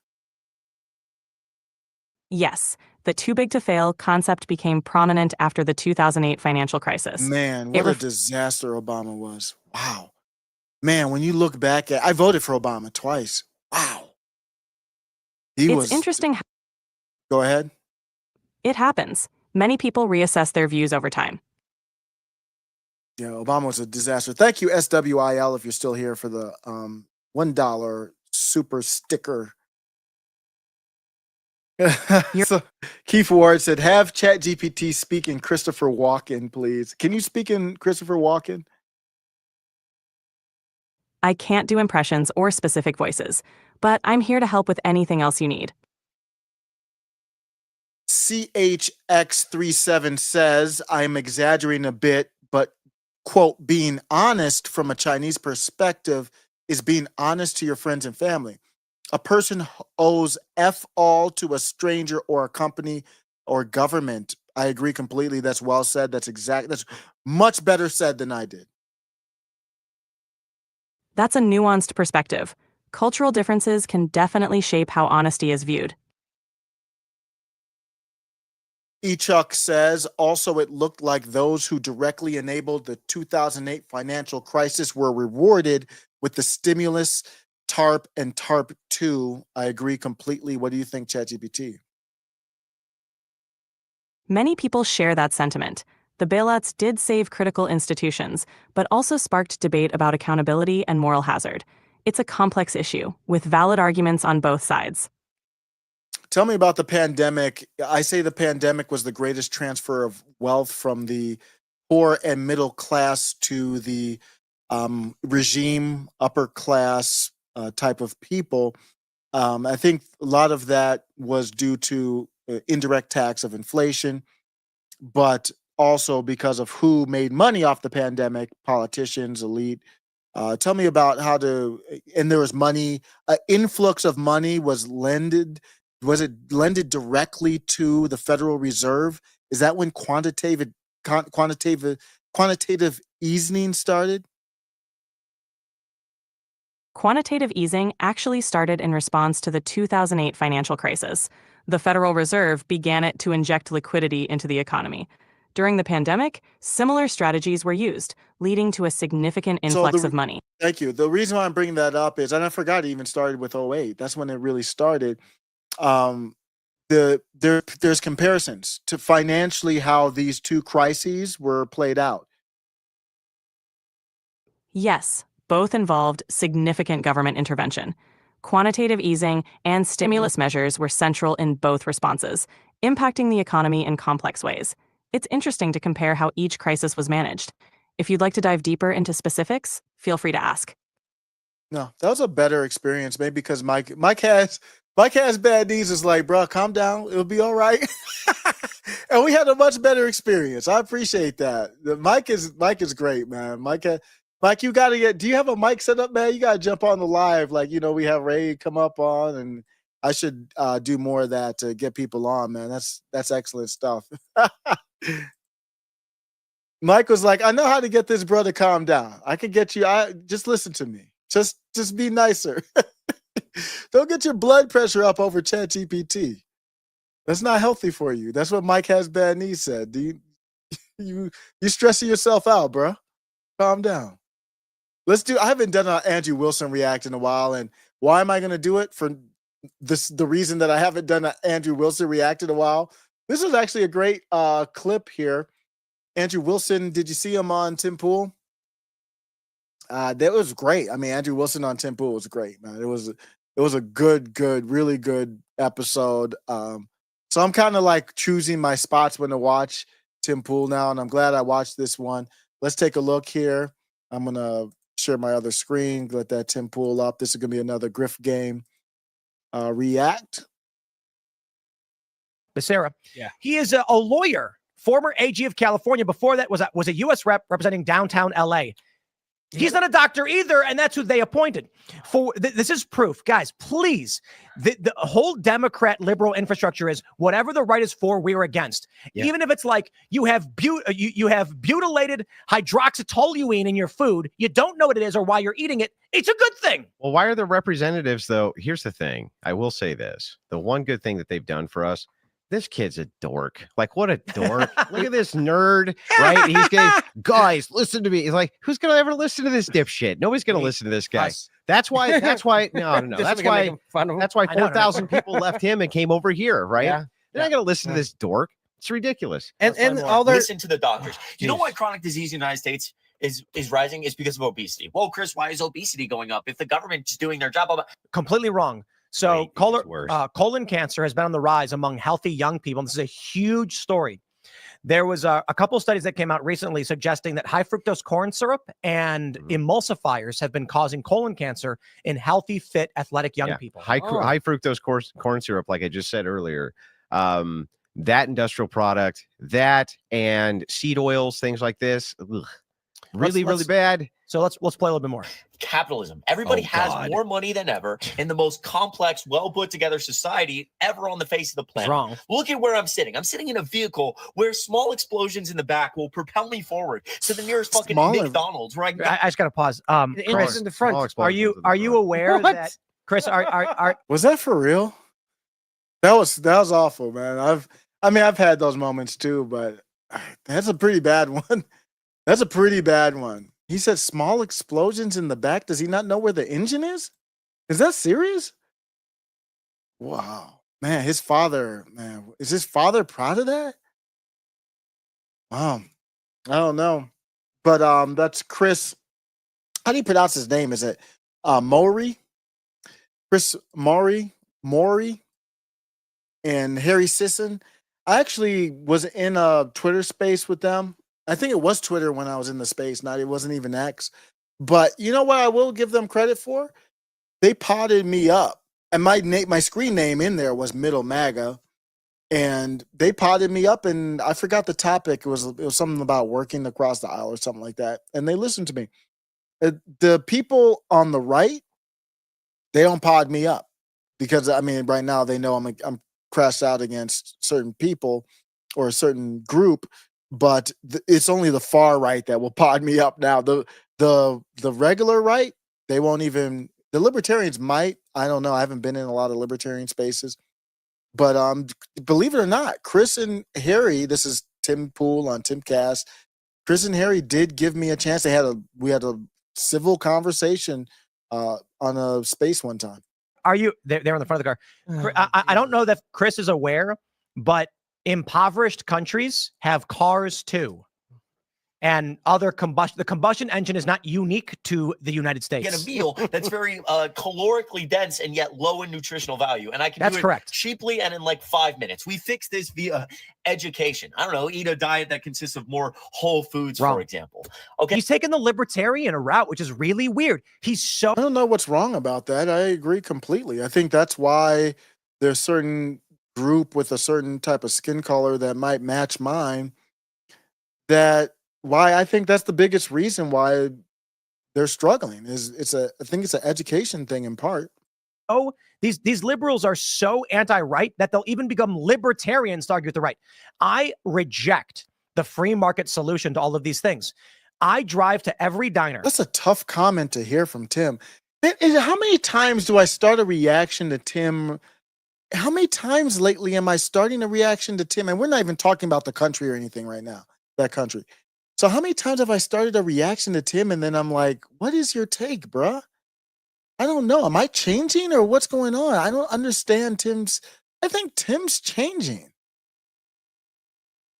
calorically dense and yet Tim is saying I'm against the free market solution? What? low in nutritional value, and I can That's do it correct. cheaply and in like 5 minutes. We fix this via education. And you can say what you want about Chris and Harry. They're in shape. I don't know, eat a diet that consists of more whole foods, Wrong. for example. Okay, What's wrong with that, Tim? I don't know what. Are you gonna just you're not gonna do the thing where we just disagree with Chris and Harry Sisson because they're soy boys or whatever. They can be right and be soy. He's taken the libertarian route, which is really weird. These liberals are so anti-right that they'll even become libertarians to argue with the right. Wait, what? What does that take, Tim? The take is that you're mad that he has a libertarian position? That's cringe, bro. There's no two ways about that. I don't know what this is. This is aware, but impoverished countries have cars too. Somewhere. And every single diner uses aerosol spray. So he's going to go on and argue against the libertarian position, against the free market position. That they'll even become libertarians to argue with the right. I reject the free market solution to all of these things. I drive to. That's a clip, man. I reject the free market solution. Now I understand. Like I like Young Nick, and Young Nick, he does because he doesn't think. And these are like things I would disagree with Young Nick on. He believes that, and Cassandra McDonald as well. There's so much against trees. People smoke trees that they would want even the trees to be illegal. And I'm like, no, I don't really need another man telling me whether I can smoke something or not. That's not a good take. I understand where you are. I'm not against you guys, but on that take, we don't agree.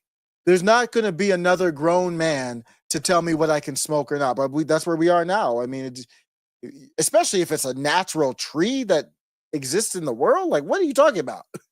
But I thought Tim had more of a libertarian position. Nick is openly authoritarian. Every diner. On the weekends, Allison and I'd be like, well, we'll get breakfast somewhere. And so I need Tim. See, that's why I respect Nick is like, I'm authoritarian, period. And it's weird because he's not really authoritarian because I still think he's kind of constitutional in a way. But at least he says like, hey, I'm for authority. Homie Iggy Ignoramus says, I'm a king. I'm for authority. But because they're real people with real takes. Would Tim admit that this is just basically an appeal to authority? This is not what I expected to hear from him. Every single diner uses aerosol spray on their grill for cooking food. I don't want to eat that. So we're like, I don't know if I want to do that anymore. There's only one restaurant around here, Martinsburg Family Diner, that has real butter. When you order food, they bring you out a little thing that says it's real, it's actual butter. Every other diner we go to, even the smaller ones, we try to go to the expensive ones, they'll give you packets of butter spread. Like, what is butter spread? Hydrogenated linseed oil or some other garbage nonsense. Nobody cares. And if I don't know the degree to which this stuff is causing poison or whatever the point is. Well, it's part of the high trust aspect that we have. Right. And so you think that everything you're getting off of the shelf has already been vetted. It's already known to not be poisonous. Yes. Nobody would give you things which are poisonous to eat. That's insane, right? Of course, our government's looking out for us, and of course, the opposite is true. And so you're absolutely right. You can't use a libertarian free market approach to this. You need an authoritarian approach, and you actually have to say, no, I'm sorry, you can't sell actual poison. You can't do that. So funny story with the recent push from these psychopath leftists for Aqua Tofana. Did you see this? Mm-hmm. Aqua Tofana was being pushed by these leftist women. I'm not getting into too much detail other than it's a poison. These women are psychotic. Oh, the drug thing? The way it worked is the first dose. Other women. This take, before they move on, this take is bad, man. This is a really, really bad take. The cause, so he talked about going to the diners, around where he is, and he talked about getting fake butter. But the problem is, Tim, why are the diners using fake butter? So you need to think through this logically. What is the problem you're trying to solve? The problem you're trying to solve is everywhere I go, I think if you break the problem down, it's even more fundamentally that every place is using the same thing, no matter what that thing is. To me, that might be the fundamental problem. But let's say you say that the fake butter is the problem. Why is the fake butter a problem? Because the federal farms are subsidized on corn and soybeans. So it makes it cheaper than doing dairy. The government is causing the problem, Tim. Andrew, I'm going against Andrew on this one too. You see why I always said like Dave is a little bit above Andrew, but then the religion, I think I hate to be putting them equal, but Dave is so much better with liberty and Andrew is so much better with faith that it's almost like they're equal to me because they're bad on certain things and bad. And I don't want to say Dave's bad, but do you see the problem here? I just want to make sure. Let me bring in something to kind of fact check this. Oh shoot. You know what? I had it up where it was listening to me the whole time and I took that down because it was about to run out. So it didn't listen to me. I'm redoing it. I'm going to go back and do the take here. I want to hear his take about the butter. Not a doctor, right? Let's play that one more time. It's misinformation that we're going to have times 10. 40 instances of eating something butter. The United States will propel me forward to the nearest fucking McDonald's. Martinsburg Family Diner that has real butter. When you order food, they bring you out a little thing that says it's real. Bring this back. Food. I don't want to eat that. So we're like, I don't know if I want to do that anymore. There's only one restaurant. So ChatGPT is listening. It's just on mute. I want to, let me bring it back. I'm going to bring it back. Sorry. I want to bring it back. More. Capitalism. Everybody has more money than ever in the most complex, well put together society ever on the face of the planet. Wrong. Look at where I'm sitting. I'm sitting in a approach and stuff is causing poison, whatever the point is somewhere. And every single diner uses aerosol spray on their grill for cooking food. I don't want to eat that. So we're like, I don't know if I want to do that anymore. There's only one. I don't know about the aerosol spray. I would have to look that up, but I want to talk about the butter. One restaurant around here, Martinsburg Family. So ChatGPT, I'm listening to, I don't think ChatGPT can hear the clip. I'm listening to Tim Pool, and he's talking about how all the restaurants in his area use fake butter. They're not using dairy butter. Family Diner that has real butter. When you order food, they bring you out a little thing that says it's real, it's actual butter. Every other diner we go to, even the smaller ones, we try to go to the expensive ones, they'll give you packets of butter spread.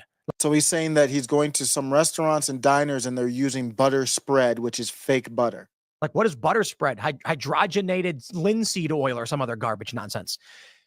Nobody cares. And if I don't know the degree to which this stuff is causing poison or whatever the point is. Well, it's part of the high trust aspect that we have. Right. And so you think I agree with that. Until the pandemic, I had that high trust for sure.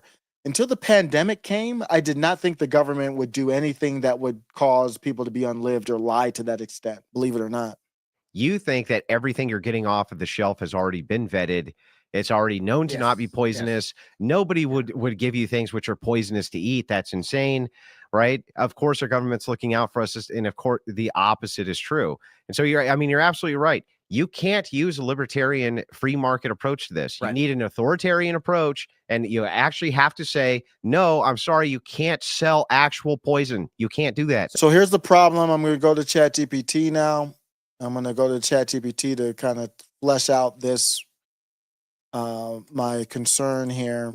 So ChatGPT, I have a concern with the problem that they're trying to solve is...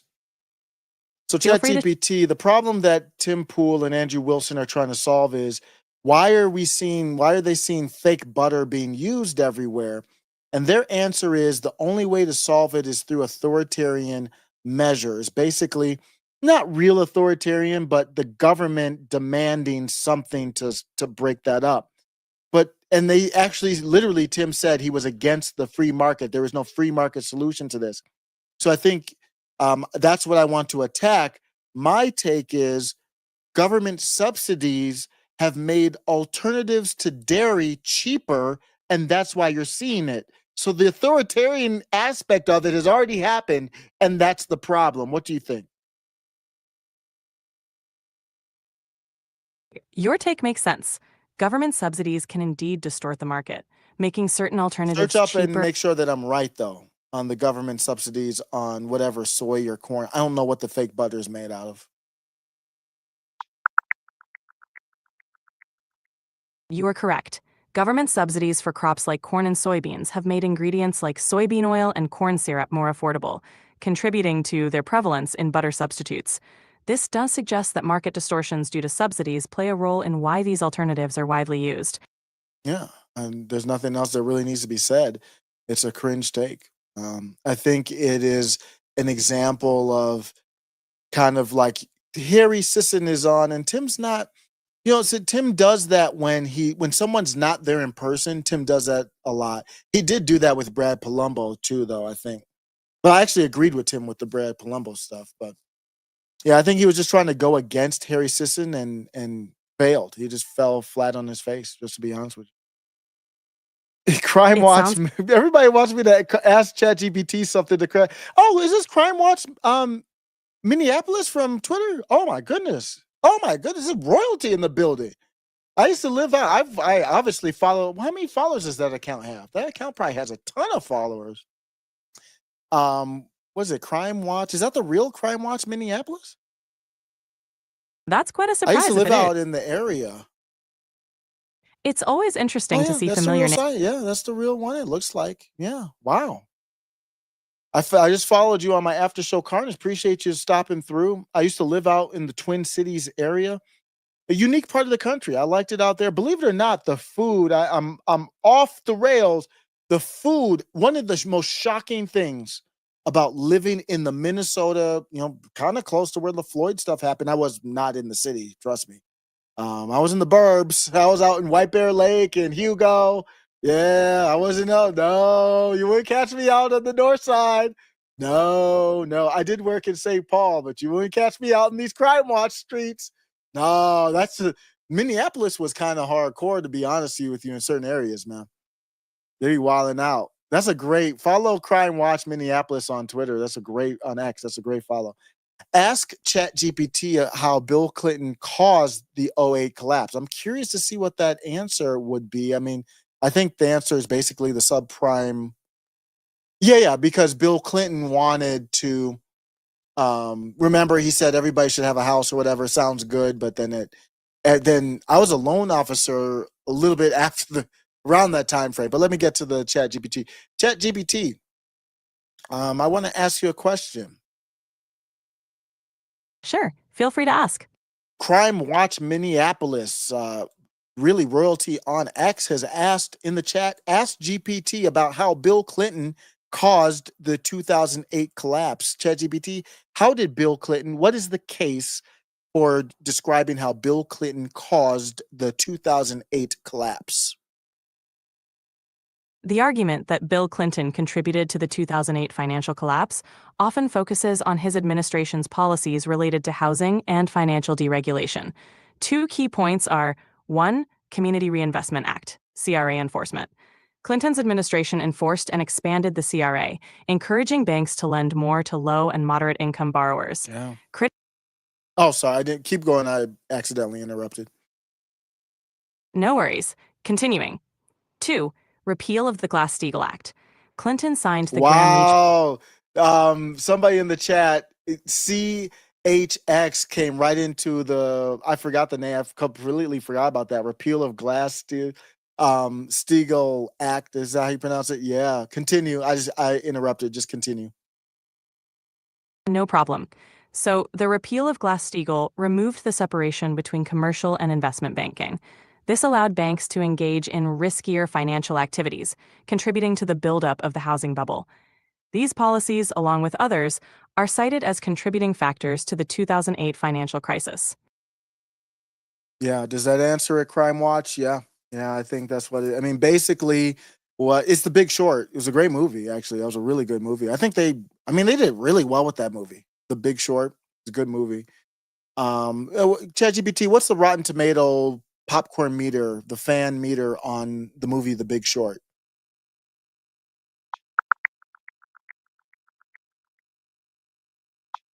According to Rotten Tomatoes, The Big Short has an audience score of 89%. Yeah, I was thinking 90. That's right there. I'm going to see Dog Man this weekend. I didn't know it got big enough to do a movie with, but a book my kids read from time to time. We're going to go see that this weekend, off topic. Chuck says we are forced to pay for bad nutritional lifestyle choices. If I have to pay for the medical outcome, I'm going to tell them how to live. Yeah, I mean that, but see, I respect that take though. You have a like a real take, and maybe that's what Tim would say too. But that's an authoritarian take. I'm not against you, that's for sure. And I've said before, that's why I like Young Nick. People don't want. I can talk about liberty all the time. Maybe this is where Tim is too. I can talk about liberty all day, but nobody wants liberty. We've talked about this before. It came up on X with Jeffrey Charles. Somebody said, it wasn't, I don't think it was to Jeff, but somebody said people don't want liberty. Let's just be factually accurate. And Jeff, a great, liberty. I think he's a left libertarian, but I respect him a lot. Good writer, Jeffrey Charles, I believe his name is. And he said, no, that's not true. I don't know what he's talking about.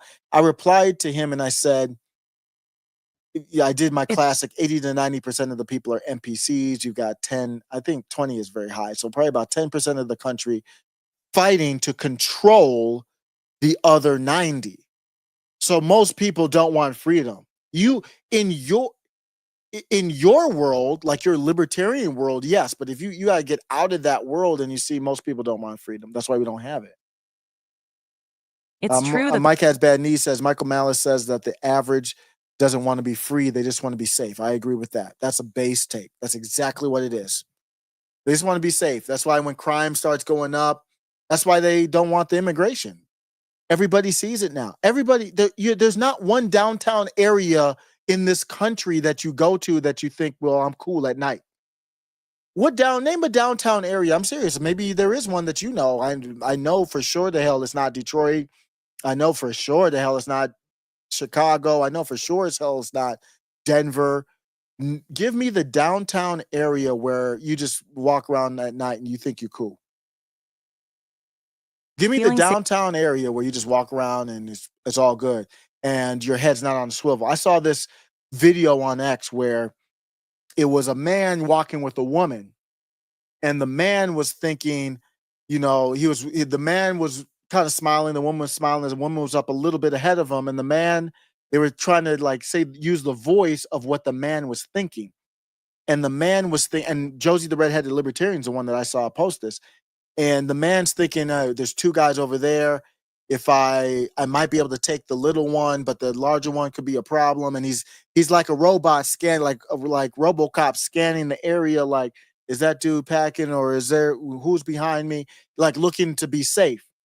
And the woman is just like, I don't know, thinking about some reality show or some stupid nonsense. And that's the truth.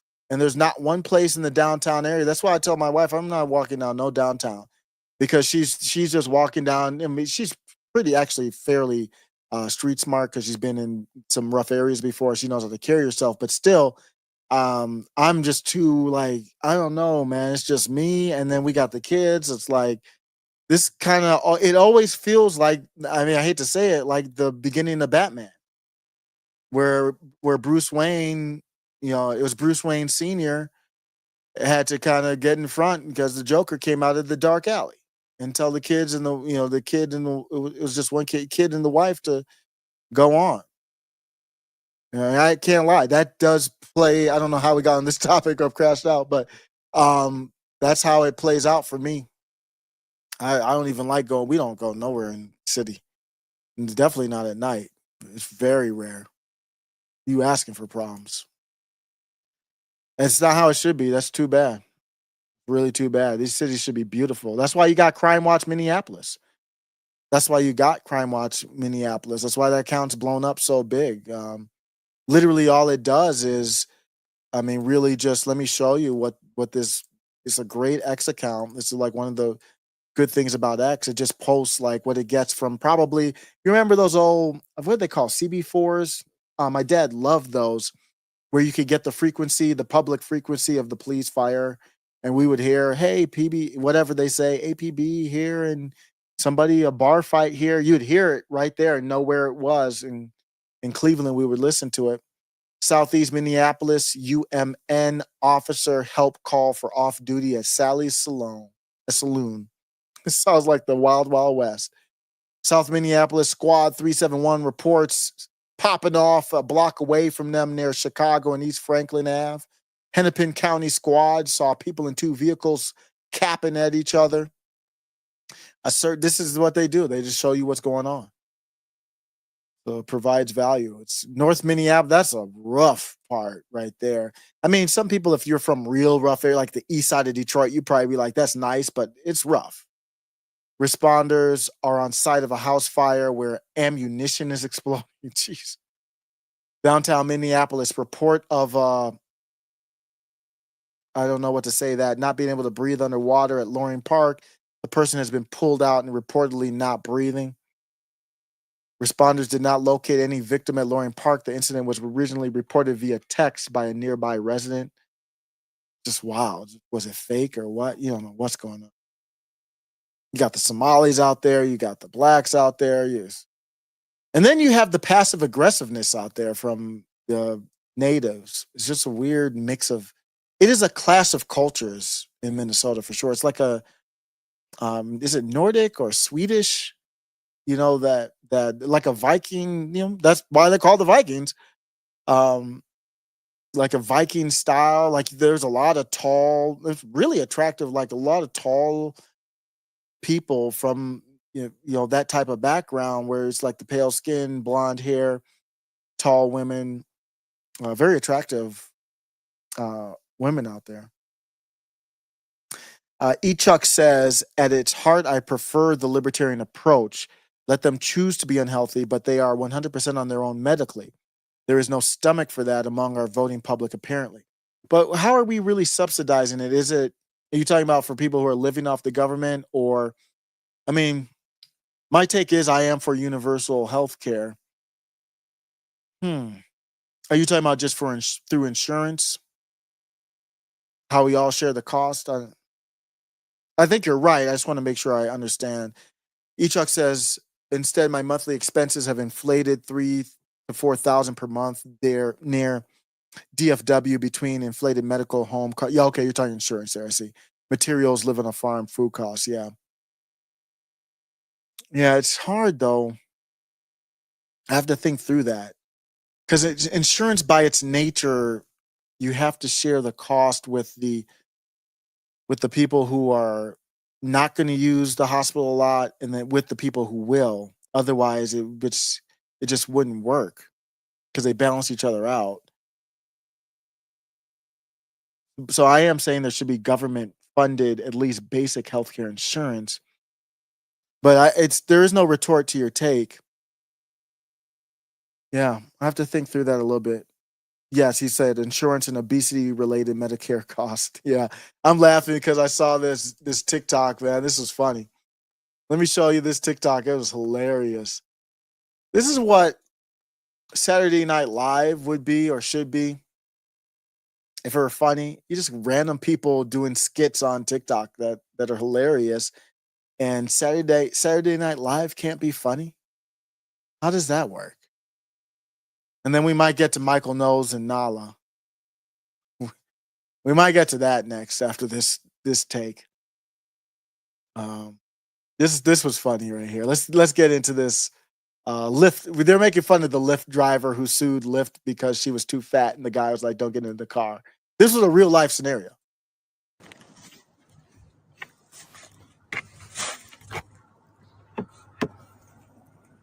All right, I called for a Lyft ride. Who you looking for? I called the Lyft ride. This is my Lyft ride. Oh, nah, babe, you too big to get in here. Too big about what? You what too big to get in here. Man, I can fit in this motherfucking car. No, you can't. You either gonna let me in or I'm finna sue you. So you gonna get a lawyer before a trainer? All you gotta do is lose weight. I'm finna get your license plate. I'm finna put you out on social media, and I'm finna sue you. And that's all. You need to sue Ronald McDonald. No, that's who you need to sue. So you telling me I can't get in here because of my weight? Yeah, you gotta wait for another ride, maybe the bus or something. You telling me I can't fit in this car? You need to get fit in order to fit. Why you ain't call an Uber XL? Why you call a regular Uber? I can fit in here. You can't fit in here. I can fit in here, nigga. My leather gonna start peeling because you can't fit there, baby. I don't know what to tell you. My wheels, they 10s. They not no 24s, and I can't hold you up. I can fit in here. You can't fit in here. I can fit in here. I'm finna show your ass. My suspension gonna be my muffler. Why would you come pick up a big girl, knowing I was big, and now you putting up telling me I can't get in your shit? Because this is Lyft, not forklift. I can't pick you up. You fucked up, broke out, no money. That's how you doing, Lyft. I ain't got no money. Bitch, you called me for a ride. Well, it's my tires. You leaning all on my car. I'm gonna come right here until I just call the police. The police on the way. The fuck? Oh man, y'all play too much. Y'all play too damn much. Let me go find out what's going on with Michael Knowles and Nala, man. They doing it again. Michael Knowles had Nala and I think her man. I don't know if they're married or not. Let's check in. He knew it blew up the internet the first time, so he had to go back for a round two. Let me find the full clip here. I think it came out, didn't it? Or was it just clips? Because I saw the clips. I didn't see the full thing yet. We haven't talked about this in a while. Oh, premieres. Okay, so it's just the clips. Oh, Lord. This is going to be wild. It's coming out in like 8 hours. Damn, I won't be able to go. I'm so hyped for this. I want to go live, but let me go find the clips then. I think it's just a promo then. I guess it's just one clip. And people just clip up longer and shorter versions. So here it is, Michael Knowles, and this is a 2-minute clip. So they're back. Nala's back on the couch. This time it's not a casting call, though. But it is unpleasant. One shouldn't paper over it. They say very nasty things about you. Oh, yeah. Oh, we know. It's fair. And we get it in our DMs. Yeah, all the time. You'll be shocked to hear that even for so lovable a figure as I, sometimes people will say nasty things about me. And it is unpleasant. It actually, now, I think this might be a very Catholic perspective where we kind of focus on the sanctifying aspect of suffering, but I think there can be something good about it. When you get all the hate. How so? Well, one, it's when we suffer, we bind ourselves to Christ, who has the perfect sacrifice on the cross. So in a very minuscule way. Yes. But also, it does keep you humble. Ooh. Because the thing is, the haters get a lot of things wrong and they make stuff up, but sometimes most of the time it's comical, but yeah. But sometimes, they'll say, "Oh, you shouldn't have said it that way. That sounded stupid, or you didn't do this. And sometimes they got a point. Maybe sometimes you do say something stupid. Maybe sometimes you do something that you shouldn't have done. And so it is a good way to mitigate pride. It's one of the reasons I don't really block people very much on social media. Wow, I like that. It's a I little don't glass block half anybody full. either, I like that. unless they're just being outright inappropriate with me. But yeah, I would actually agree with you. And I haven't even like seen it in that light. It was more just, okay, God, I accept the haters too. Like, you know, help me love them like you love them. That's all I can really do about it. Because I'm not about to just start commenting back or making videos now about what's going on, you know, or being not gracious, because now it's like, I'm just acting like you now and not like Christ. And what would Christ do in this situation? Most likely just forgive them and love them. And, you know, it's a hard road. It's a hard road. It's a hard road. If I was dealing with this maybe 2.5 years ago, I would have reacted very differently and probably squandered their name online. Of course. Yeah. But I can't do that anymore because I do not represent me. I represent Christ. So I think that's the biggest lesson we've probably taken out of all of this just concentrated hate against him, against me. People just call him a simp all the time. And I'm like, well, okay, that's great. Like, cool word. You like gender. I don't know the etymology of it, but it's a Don't funny understand it. But yeah. I think been a it's great like learning time. pretty much it comes down to it's like God gets the glory, we get to tell the story. Ooh, pop off. She is so fake to me, man. I just can't. She tries too hard. She seems a little bit in that clip, at least a little bit more real. But I don't know. I wonder how much they paid. Did they pay her to go on there? She was on a live the other day talking about how she owed $300K in taxes. So I don't know if that's just to get exposure to pay it off or what, but it is interesting that she's back there and it's a big deal for them. So we will definitely talk about that. Maybe break that whole thing down when it drops. Andrew Wilson had something to say. He's not happy with Michael Knowles because it seems like Michael Knowles won't give him the opportunity when he's been brought up, at least indirectly. I don't think he directly brought him up, but let's see this. Amazing to me that this is Andrew Wilson. Amazing to me that Michael Knowles knows that he works for the nose, that still to date you are interested in only one side of this story and still refuse to have any discourse with me on it. Even these clips were taken out of context. Is it because, unlike most guests, I can aptly defend my positions? Might be the case. Here's the clip. Really shook the internet the first time you came on. I got in so much trouble for talking to you. I know you haven't. I appreciate that. They say very nasty things about you. Oh, yeah. Oh, we know. He got into so much trouble from who? You got flack, and you didn't get any trouble from anybody. Like, trouble would be like Ben Shapiro doing the meme staring at you from outside the window. You were a lying, deceiving prostitute. You said that you lied about everything. People were tagging me in it on social media. So there's Andrew Wilson in the clip. They said, see, Michael, here's proof that she lied to you. Everything I've said on podcasts is complete clickbait. Why do you think people want you to be lying? That happened Who said that they want Nala to be lying? Wow, strong. to her. I can't believe that it's real, because then that means I can change my ways and still get saved. She was brought up in the church. Is this mental illness? People have criticized you because they say, you made all this money. Where's the penance? They say you should give all your money away. I don't know. Do you say that? I didn't really say that. I never said she should give her money away.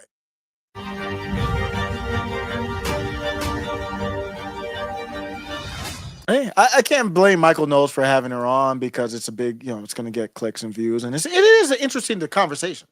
And their first conversation, don't get me wrong, it was very captivating. I listened to every second. It was one of the pods of the year.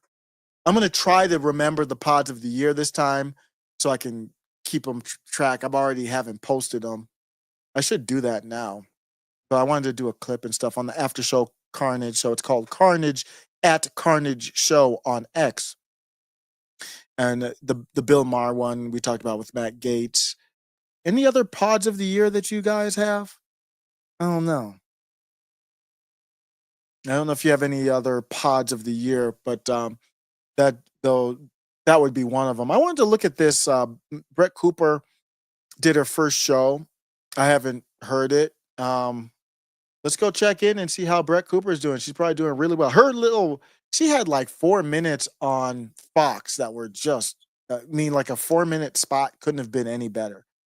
If you don't know, I am a big Brett Cooper fan.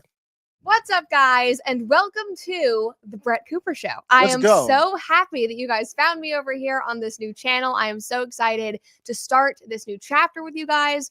We have been hard at work behind the scenes, literally boots on the ground, me and my 80-year-old neighborhood grandpa putting shiplap up on the ceilings to cover up my 90s popcorn ceilings that I thought you guys would not find aesthetically pleasing on a set. We're literally in a room at my house. We put this all together. Anyway, I am so excited to bring this new show to you and show you guys what we have been working. This is Brett Cooper on her new show. If you didn't know, on a new channel, the Brett Cooper Show. And looks like Tim Pool was probably wrong in a sense, but I think his take was still solid, where he said you should be concerned if you get a bunch of subscribers and don't release a video for a while. She did do that thing, same as Candace Owens, but I think what Tim didn't see there is when you're at a certain stage, it doesn't matter, where you've got extra press, people are waiting for you to drop. She got 2.7, it's one day, 2.7 million views on YouTube. She's a beast, period. And for Daily Wire to think that they made Brett Cooper, they are sadly mistaken. On. So my goal with this new show is to foster understanding, to go deeper and extract substance in the stories and the issues that matter most to us, the issues that impact us on a daily personal basis. And I have always said this, but I want to reiterate it, that I do not take for granted the fact that you guys take hours out of your busy lives to watch my videos. And I want to make sure that every single second of that time matters. I want to make sure that every single video I put out leaves you feeling more confident or empowered or smarter or more inquisitive about the world. And so because of that, we are going to be doing less frequent episodes. We're not going to be chasing the news cycle as much. I want to make sure that every single episode is intentional. This first season, in my eyes, is all about... Great intro. I mean, she's like flawless. I don't have any... The only criticism I've had of her is that she's too soft, but that's because she was on the Daily Wire. Let's see what she does now. I think she needs to do things that she would not have been able to do on the Daily Wire. I'll be interested either way, but I think to take it to the next level. She doesn't have to be Candace. She doesn't have to be calling out Bridget McCrone. That's not what I'm saying. I just need to see more of her that obviously the Daily Wire wouldn't allow. Let me give you an example. The Daily Wire obviously did not want her replying to young Nick when young Nick was criticizing her. And remember when that happened? Let me play a little bit more of Brett Cooper and then we'll talk about that. About understanding where we've come from, where we're heading, and trying to fix the obvious disconnect between the generations, between values, and so much more. So I hope you are ready for even more hard truths, deeper dives than we have ever gone before, insightful interviews, and of course, lots of laughter and levity, because it would not be a Brett Cooper production if we were not having fun through it all. But for this first episode of season 1 of the Brett Cooper Show, I thought that we could just keep it simple and keep it between us. And I realized I just said keep it simple, but this episode kind of is not simple at all. It actually might get me into trouble, but we do need to talk about how the right runs the risk of literally losing everything that we've worked for if we continue down a path of mimicking the left's toxicity. AKA, we need to talk about right-wing cancel culture. I am actually very interested in her take here. I have not watched this. I think where she's going to go, Brett Cooper, I like her vibe here. That's like, what show did that? Was it Full House? It was kind of like a 90s throwback, because the 90s is kind of in with the kids, I think, now. And she's basically a kid compared to me. No disrespect to her. So I think she's going to actually go the route of not naming people that are kind of ostracized, but saying that I'm thinking she might go the route of criticizing Elon without saying his name. That's what I'm predicting.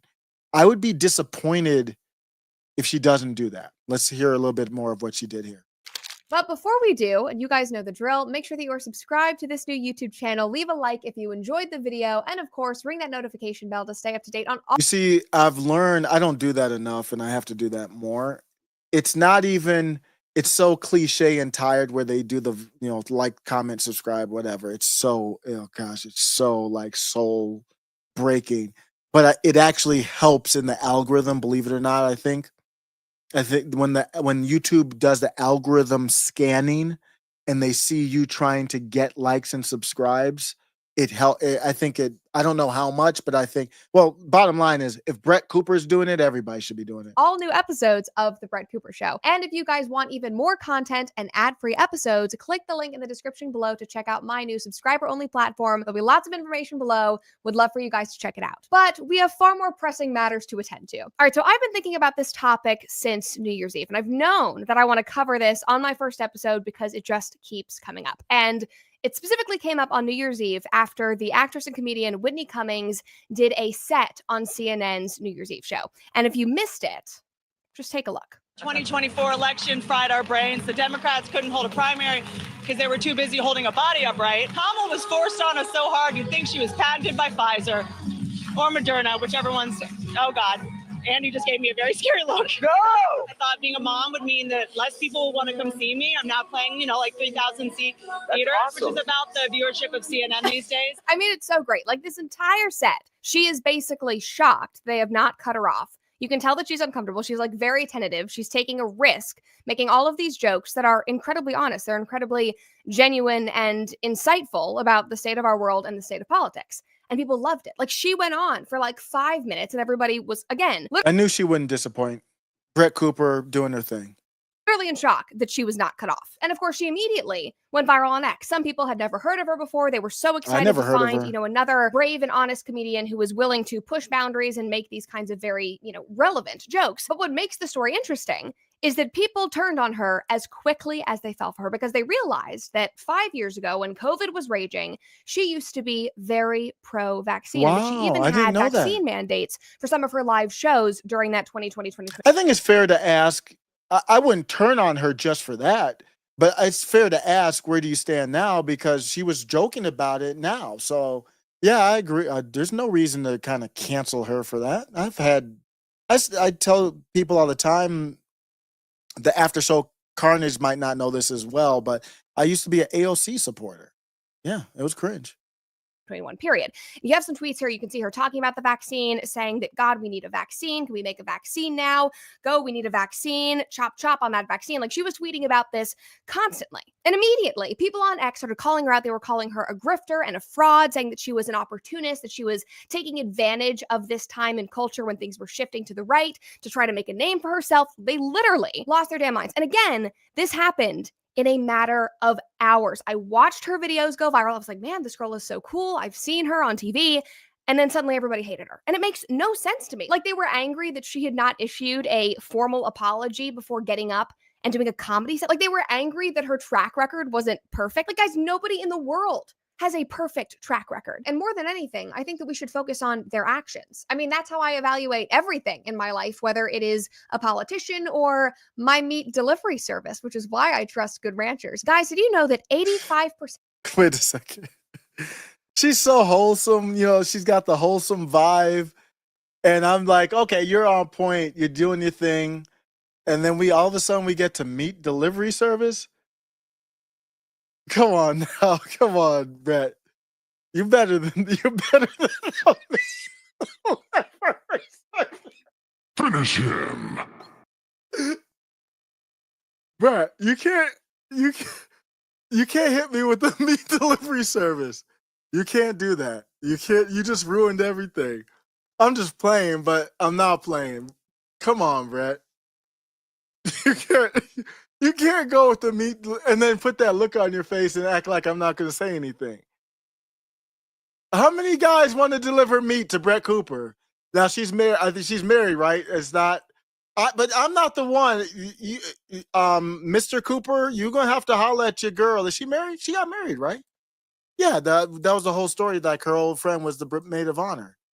Mr. Cooper, you might have to talk to your girl, your wife. She's out here asking for meat delivery. That's not what we need right now. I thought she was wholesome, and man, let's kind of skip through the meat delivery part of the show and keep it on topic. How about that, Brett?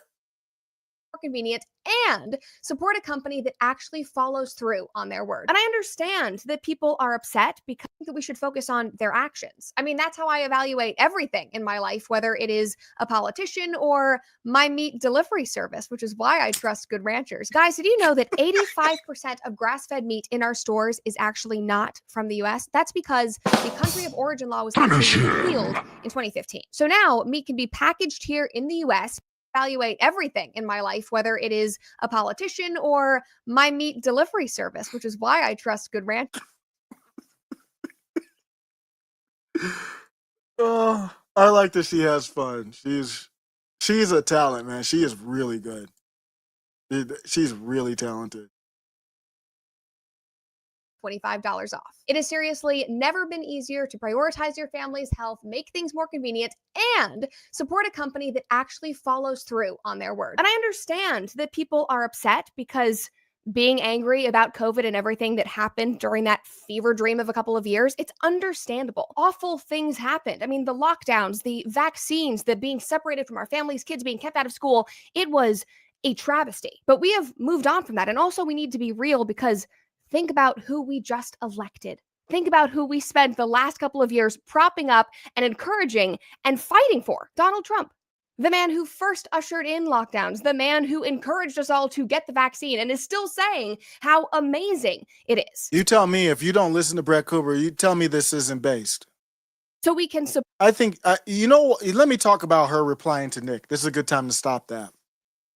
So remember the whole trad wife thing was going on. I'm just going to let her play in the background. Maybe we'll get to a different spot. I don't know if she's probably doing like a Candace Owens where she has multiple topics, or maybe not. I'm not sure. The trad wife thing was going on. And Nick weighed in on that. If you remember the trad wife debate, is that meme with the redheaded woman. And I thought it was kind of funny at first, but then it got kind of whack to me. I don't want to get too much into that, but if you don't know what it is, it doesn't matter. Nick Fuentes made a comment on it, and Brett Cooper replied. So Nick was kind of making fun of her for it. And I think Nick's not against Brett. So it's not about that. It was just it was a cringe take. So he made fun of her. And while she was with the Daily Wire, Brett Cooper, nobody with the Daily Wire replies to Nick on X. Nobody. To my knowledge, I don't think Matt has, but maybe it's not really common. Let's say that. I don't think Matt has, but maybe he has. I'm not sure. Brett Cooper replied, well, Nick called it cringe, her support of this trad wife meme, and performative traditionalism. Brett Cooper replied, I'm going to tell you why I'm bringing this up. Brett Cooper replied and said, your feedback is noted, Nick. Maybe I'll design one with your face next. And I think what that to me showed is, because Brett Cooper is a Gen Z guy, and I would say Nick is still a Gen Z guy, even though he's kind of getting older out there. Nick is getting older, believe it or not. How old is Cooper? Is he probably younger than Nick a little bit? But they still kind of intersect their audience a little bit as far as age, at least. Brett Cooper replied to Nick because she watches Nick, allegedly, and I think she respects Nick, allegedly. That's what I think that's what I think it's about. And I don't know if she'll do anything. Candace, I think, is almost like the big sister of Cooper in a way. And Candace hasn't had it. She's avoided Nick directly. So I think Brett's going to probably do that same thing. But that would be an epic collab, wouldn't it? Why don't I mean, Elijah Schaffer, for whatever reason, he goes way wilder than Nick, doesn't he? For whatever reason, Elijah Schaffer can go on Tim Pool and he's still accepted. I don't know if it's because of his background with Blaze or whoever. But Elijah Schaffer actually goes way harder with the jokes and stuff to me than Nick. I mean, Nick's obviously a better streamer. They're both great. But Elijah Schaffer, isn't Elijah Schaffer even more edgier than Nick at this point? And he can go everywhere. My point is maybe Elijah Schaffer could get a connect with Brett Cooper. Maybe they could do a show and maybe you could call it, I don't know, You Are Here. Maybe it would be a hit. But maybe they could do a collab and that would bring a connection. Because I think a Nick and Brett Cooper collab would break the internet. I think it would just be dope. And I think she's secretly based. I think she's secretly a Nick fan. Change. That is a good, normal, human thing that happens to all of us. And when you change, that means that you then come with a past. You come with choices that you've made and things that you believe that you possibly regret, that you would not believe or do now. That's fine. Like, genuinely, that is okay. He's just changing right now. Are you kidding me? Like, I have been watching Mark Zuckerberg beef himself up. He started doing martial arts and jujitsu. Like, when he started doing jujitsu, I was like, it's over for the libs. And guess what? It kind of was. Didn't he open a cattle ranch in Hawaii? He started talking about the importance of eating grass-fed beef. Like, good take. Somewhere along the line in the last few years, something clicked for him in his life and he began to change. I also personally think that his response to the Trump assassination attempt in Butler, Pennsylvania, I thought that was very, very genuine. I didn't think that was calculated. After this, I'm going to go to, I forget the name of her former friend that's doing the show now, and just show you the difference between the kind of the presentation, the talent of Brett and that former friend that's taken over the comment Or section. opportunistic at all. I think that he, like so many other Americans who had turned away from Trump, who didn't really like him, I think that they saw him in a completely different light. I mean, you watched a man who has literally faced lawfare, has faced slander, and shame has been at a much faster rate. I really think that was the push he needed to draw his line in the sand and start to unravel everything that he and Meta had been doing for so many years, had been complicit in, which is why— I'm curious if she mentions Elon, so I'm going to search through the transcript real quick. In my opinion, he sent that now famous letter to Jim Jordan, where he basically admitted to all the censorship and said the White House was encouraging and forcing their hands. He said that in 2021, senior officials from the Biden administration, including the White House, repeatedly pressured our teams for months to censor certain COVID-19 content, including humor and satire, and expressed a lot of frustration with our teams when we didn't agree. Ultimately, it was our decision whether or not to take content down, and we own our decisions. This is really important. We're going to talk about that later. I believe the government pressure was wrong, and I regret that we were not more outspoken about it. I also think that we made some choices that, with the benefit of hindsight and new information, we wouldn't make today. Like I said to our teams at the time, I feel strongly that we should not compromise our content standards due to pressure from any administration in either direction, and we are ready to push back if something like this happens again. And a lot of people read this, like, we spent 10 years fighting tooth and nail, proving people wrong, fighting back against cancellations, dispelling allegations about us, about our political party, about things, which is, in my opinion, the most important thing that he did. Because with that, he said, I'm taking this action, yes, but I'm putting somebody incredibly powerful, incredibly well-connected on this board to not only hold me accountable, but also hold the entire company accountable. And of course, and I know people are already going to be commenting about this, and I'm sure you guys are concerned, but with Mark Zuckerberg's track record, obviously we should be skeptical. Obviously, we should not jump in heart first, trusting this man implicitly, but you also shouldn't dismiss the work that he is doing that will make our lives better, that will hopefully— Okay, I took a look at the transcript. She didn't directly address Elon much, or of course Nick or anything like that, but I like that first one. She's probably going to do more of the drama, not drama, but the more pop stuff, or I don't know. We'll see where she takes it. But Daily Show, no, Daily Wire. I'm going to look for the comment section and see how it's going. Hey guys. There's the comment section, last video. So last video is long. See, I think Brett's going to do stuff like this here too. I mean, I think the thumbnails look good. I mean, there's an advantage that Brett Cooper has. She is attractive. She's an attractive young lady. And I don't mean any diss to, what's her name? I don't even know what her name is. But she's not Brett Cooper. Let's just say that. Hey guys, thanks for joining me for another episode of The Comment Section. I'm Regan Conrad. One of the longest standing couples in Bachelor Nation, arguably a favorite in recent years, were Rachel Kirkconnell and Matt James. I just know with all my heart that I love you, and I can't propose to you today. And before you say, Reagan, I don't watch Bachelor, I don't care, I would say, number one, this story has a history that I think would interest all of you. And number two, this story also has a lesson for the ladies and gentlemen everywhere. Even my boyfriend, who has never watched a single minute of The Bachelor, is getting into the Rachel Kirkconnell and Matt James breakup drama. It's for all of us. Now, to quickly catch up to speed, their season of The Bachelor was filmed during... It's not really bad. It just, I don't know. Does it lack a little bit of the authenticity? It really hurt that they just kept it the same. I don't think they should have kept it the same name. In this case, it doesn't help. How does keeping it the comments section help her? I mean, you could keep the viewers, I guess.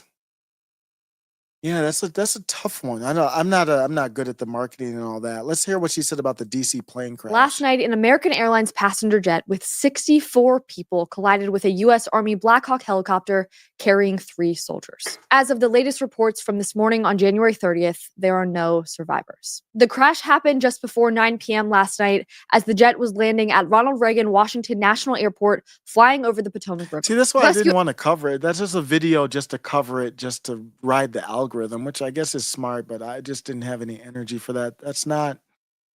I'm not interested in that, really. I mean, I just turn on MSNBC.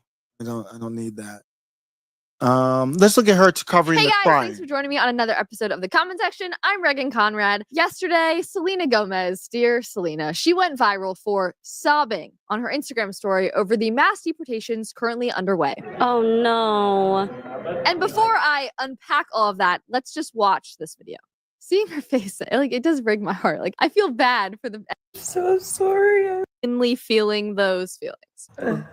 The anguish is so misguided, but okay. Also, stop posting selfies of you crying. I don't care what it's about. It's never going to have the intended effect to the intended parties that you are trying to convince, especially in a scenario like this, where all of her supporters and the people who love her are like, oh, yes, Lena. And then all of us who are like, we're rolling our eyes even more. Public crying never helps your argument. Never. It never does. But like I was saying, a lot of her fans were obviously like, yes, Lena, thank you so much for crying publicly and showing your distress. Like this girl. Why the actual are you hating No, on I don't feel like, I don't know. I don't feel like she's being real. That's not going to work. I don't know how you fix that. I would change the set. I would almost piss her off or something, like get her angry or something. I don't want it to be an angry show, but it's like I don't feel like I'm seeing something that's real. Let's look at well, I actually wanted to look at Michaela Peterson collabed with Brett Cooper too. I was just curious about that. Let's see. Michaela Peterson and Matt Walsh. There was a lot going on with Matt Walsh. I think I covered that a little bit. Here's the Michaela Peterson thing. Fire had slid into my DMs and they were like, we want to do a show. And I was terrified. And I almost didn't even send in the tape. I'm just not going to do it. I'm not going to do it. My mom, she basically like grabs my throat. The statistics actually. I don't know. Brett Cooper just has that it factor. You just really like Trump. You can't really put your finger. At least I can't put my finger on it. Show now that homeschoolers test higher, they're being recruited by Ivy Leagues, all this stuff. Your parents are doing it right. You're not going to be in one class with the same group of kids who are the same age. Yeah. When I started homeschooling, I lived in Chattanooga, Tennessee. There was one co-op and it was weird. Very, very odd, really, really small. And my mom was like, this is not going to be your people. We're going to do our own thing. So she basically created this program for me. She designed the curriculum. She took all these books from, classical education, had me in basically every single extracurricular under the sun. I was dancing, I was in gymnastics, I was singing. That makes the difference between the homeschoolers that are the stereotypes and the ones that break through those, is that we were highly socialized in a very dynamic and intentional way.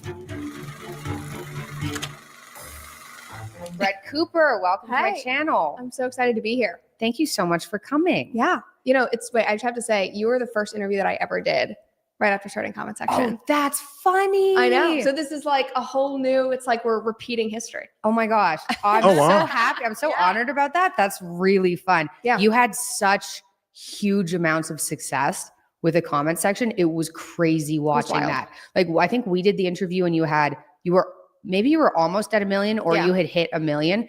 And then like the next time I checked, you were at 3. It was like crazy. Yeah. Yeah. I was really, really honored. And it was so much fun. It was like a rocket ship taking off those 3 years. And especially the first 5 months. And I think, because I looked at your episode recently when we were planning this, and I think I was like around 700,000 or something. And it was just like, it was the most fun team. It was so like nimble and flexible because we were doing something so new, especially at the company, because we were kind of like trying something out and even seeing if it would work and stick. And it was just so much fun. Oh, that's great. Okay. She's so good at this stuff here, where she knows how long to answer the question or to have the conversation without going on too long. It's not easy.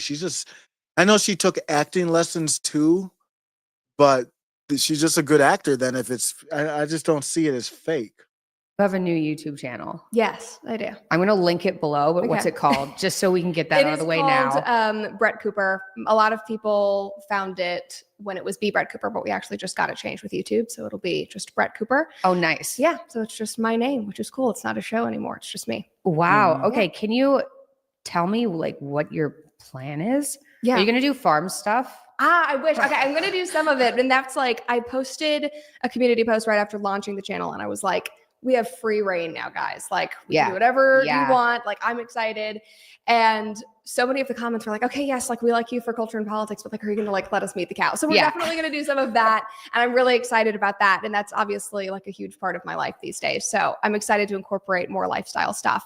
But yeah, this whole new chapter, I'm really excited. And I'm so grateful that so many people are already following me over to the new channel and the new platforms. But yeah, it's going to be a challenge for sure, because it's, we're rebuilding, but also it's like, that's what I loved about starting comment section. I loved building something. I'm definitely somebody that loves taking on new things and loves creating something. And I was just kind of itching for something new. I know. It's very exciting. Yeah. Okay, let's go to living on a farm first. This is what I'm curious about. Okay. Why did you decide that's what you wanted to do? I wanted to do that for years. So I grew up half in Tennessee and half in Los Angeles because I was acting. But we always lived on land, but never had animals. And my mom, from the time that she was like 13 years old, always wanted to have a farm. So I was raised by this woman who was like craving that lifestyle and that experience. And it just like never happened, and kids and moving, and my dad didn't want it. And her first husband was like definitely against it. And so when my parents got divorced, she moved to Idaho and started her homestead. It was like her like next chapter. She's like finally getting what she's wanted for, 50 plus years. So I grew up in that environment. And because of that, we were like super engaged in our agricultural community. And we had friends that had ranches and rode horses from a really young age. And we had really good friends in Kentucky that had a Highland cattle farm. So I was always around that and really gravitated towards it just because it felt so grounded and tangible compared to a lot of the things in my life. I think growing up in a very turbulent household, just with this, I have a brother with schizophrenia and I have a brother that passed away at a very young age. And I was moving around a lot because of acting, and was like having those activities and literally just being outside felt so like you couldn't take that away from me.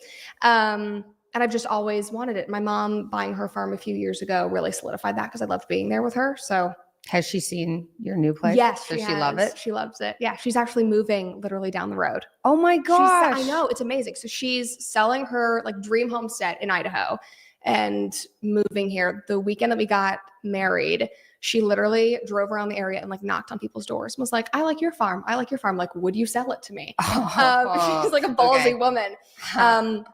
But I'm so excited. I mean, my husband's whole family is near us in Tennessee and my dad is nearby, but my mom was kind of out in the middle of nowhere. I'm going to switch up and go this guy on Twitter. Beardson's blowing up.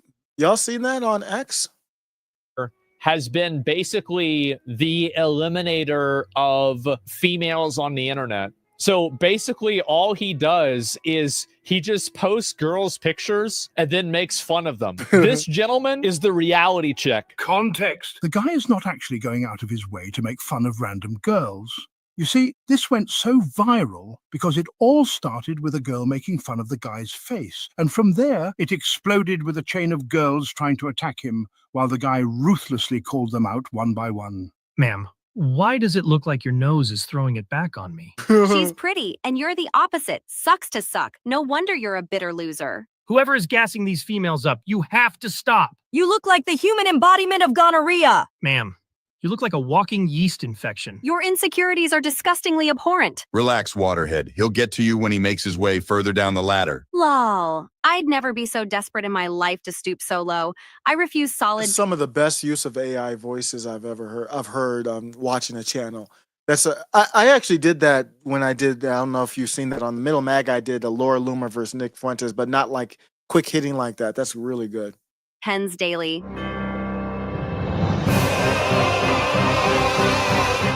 What the hell's going on? Oh, God. And the girl went on, bro, she went on protected mode after this. Jesus. Your eyebrows don't even want you. It looks like you've had so many abortions, your pussy's haunted. Oh, my gosh. Great value, Hawk Tua. I don't even know if this picture is AI generated. I don't even know if this guy's real or not. Oh, he's real? I don't think it really matters, but it's just so fucking funny to see this stuff happening. Oh, my God. Yeah, everybody's Beerson is going off, man. That's crazy. That blew up. I didn't even know all that happened. I can't believe that blew up. I heard that Donald Trump, I saw this thing going viral where Donald Trump led to them opening up the water in California. I might have to ask ChatGPT about that. So I saw this is from Trump's Truth. I'm looking at X, but it was posted on Truth. Photo of beautiful water flow that I just opened in California today, 1.6 billion gallons, and in 3 days will be 5.2 billion gallons. Everybody should be happy about this long-fought victory. I only wish they listened to me 6 years ago. There would have been no fire. Donald Trump Truth Social post from yesterday at this point, 6:36 p.m. Let's take a look. What is going on with Trump and the water? I'm going to do this, and then I'm going to try to get one more segment for after show carnage, and then I'll be out. Had too much coffee, so I'm still awake. But I need to be awake to be able to do the last bit of editing. ChatGPT, tell me what's going on with Donald Trump and the water in California. I'm seeing him post that was this the federal demand for aid where now California is letting water flow through? I'm not familiar with the logistics and what's going on. Tell me about it.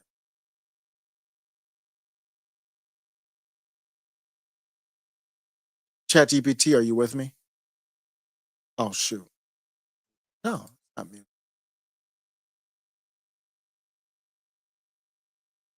Did I scare you off, ChatGPT? What's going on?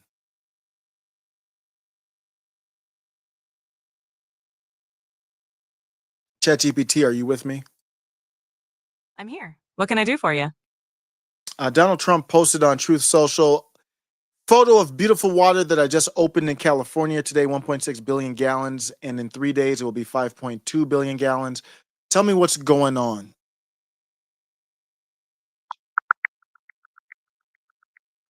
Donald Trump recently posted on Truth Social about releasing 1.6 billion gallons of water in California, with plans to increase it to 5.2 billion gallons in 3 days. However, local officials expressed concerns that these releases could lead to flooding. They had to negotiate with the Army Corps of Engineers to reduce the flow to safer levels. You can find more details on Politico.com. Wait, so what led to this? Was this the federal funding requirement? Yes, the situation was driven by federal regulations regarding water management. This release was likely part of efforts to meet legal requirements or operational guidelines. However, the specific details would depend on the policies in place and local needs, which sometimes require balancing federal and local priorities. Do you want to dive into any specific aspect of this? No, I'm good. So that I was interested. Let's take a look at. Sure. What would you like to take a look at? No, not you. Hold on. Let's. I'm going to take a look at a different clip. Thank you to ChatGPT. You're out now, and I'm going to pick another clip. I have a bunch of clips to kind of react to. Bill Maher and James Carville. Was that the one from when he was on there a while ago? That was a great. Oh, that was a year ago. Yes. That was a Time good flies. clip. Got it. Just let me know if you need anything.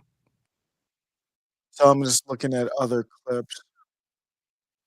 Take your time. Let me know if you need anything. Tyrus on the left. Benny Johnson. Got it. If you need any information or details on those. Turks. All right. And do If you need any. Andrew Wilson. Got it. Let me know if there's anything you'd like to Let's see discuss what about this it. one is. Oh, this was Andrew Wilson and Jenk. Sounds interesting. Let me know if there's anything specific you'd like to dive into. Let me see what he's talking about here. Sure. Take your time. If you want to discuss anything about it, I'm here. See if this is the same one I reacted to before. I didn't listen to this whole thing. It's not fairly applied. He's never fairly applied it. The law has never been fairly applied to the J6ers. They were tried in D.C., not in front of impartial juries. And here's how our law works. Our law works like this. 1,000 walk free, so one guilty person doesn't spend a day in prison. That is the precedent for our law. That's why they got pardoned, and it's exactly why they should have. Yeah, and Andrew, on the ending the birthright citizenship. Can I just address hang on, Check. I'll come to you in a moment. Response. On what Check. I wouldn't use that argument. Here is Andrew Wilson again, back with Cenk Uygur, Piers Morgan. I had not listened to this part of the conversation, so we'll start here. This will be my last segment. I wouldn't use that argument about the pardon for the J6ers. I think right now, and I'm not against Andrew Wilson, obviously, but I still think right now the point should be, I don't care. I think that should be the point. I think Matt Walsh had that energy. I think the energy should shift, and he's just doing a debate, but strategically thinking, the point should shift to, I don't care. Here's what's coming. And here's kind of why we're going this route in the future, bigger than J6. Beck mentioned also about the ending the birthright citizenship as one of the executive orders. Do you think Trump intends to do that? Because it seems to me he's already won the debate about illegal immigrants who are here are criminals in America. Yep. Everyone pretty much agrees they should be sent back, including the million who've already been processed but hadn't been deported yet. So all of that seems to be very popular, but there is a lot of anger about the idea that you may end what seems to be a very American thing, the very ethos of the country, this birthright citizenship. What do you feel? It's a very un-American thing. The 14th, or I'm sorry, this was never, by the way, never set up so that people could come in, have a baby, and then anchor themselves to the child. And that's what's been going on. And it's been going on for years. We know it's been going on for years. This was designed for things like for immigrants who came in legally. They have children here. Of course, those are United States citizens. Nobody's disputing that. What we're disputing is that. I mean, that's a good point. Does that make sense from you call that American, but is that really American?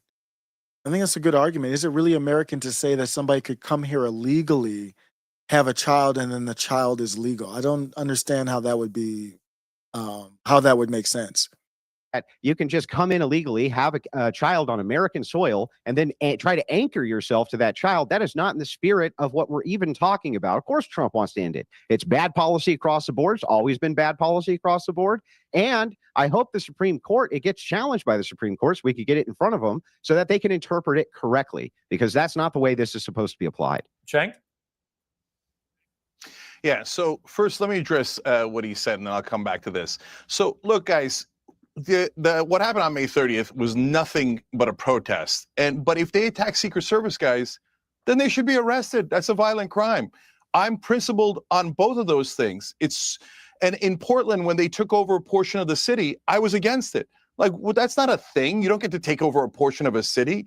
I was against it when gangs took over apartment complexes and buildings in Colorado. So if Trump stays with things that the American people are in favor of, getting rid of the violent felons that are undocumented here, that's going to be very popular, whether the left likes it or doesn't like it, right? But when he goes too far and he goes to things like birthright citizenship, then people are going to push back. And that's when it gets interesting.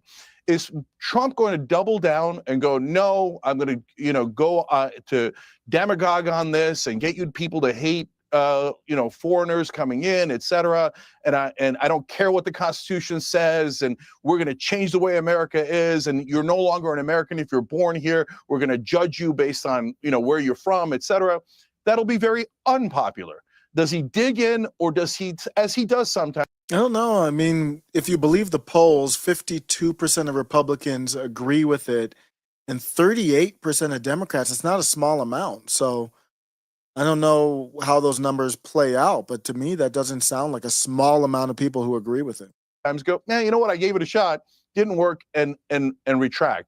I hope that that's the direction he goes, because this whole, look, brother, if you have a problem with a part of the Constitution, you need to go through the right process. You need to go and do an amendment. Like, I want to do an amendment to get money out of politics. But when Biden was in office, I didn't think he should just come in and go, forget what the Supreme Court said. Forget what the Constitution said.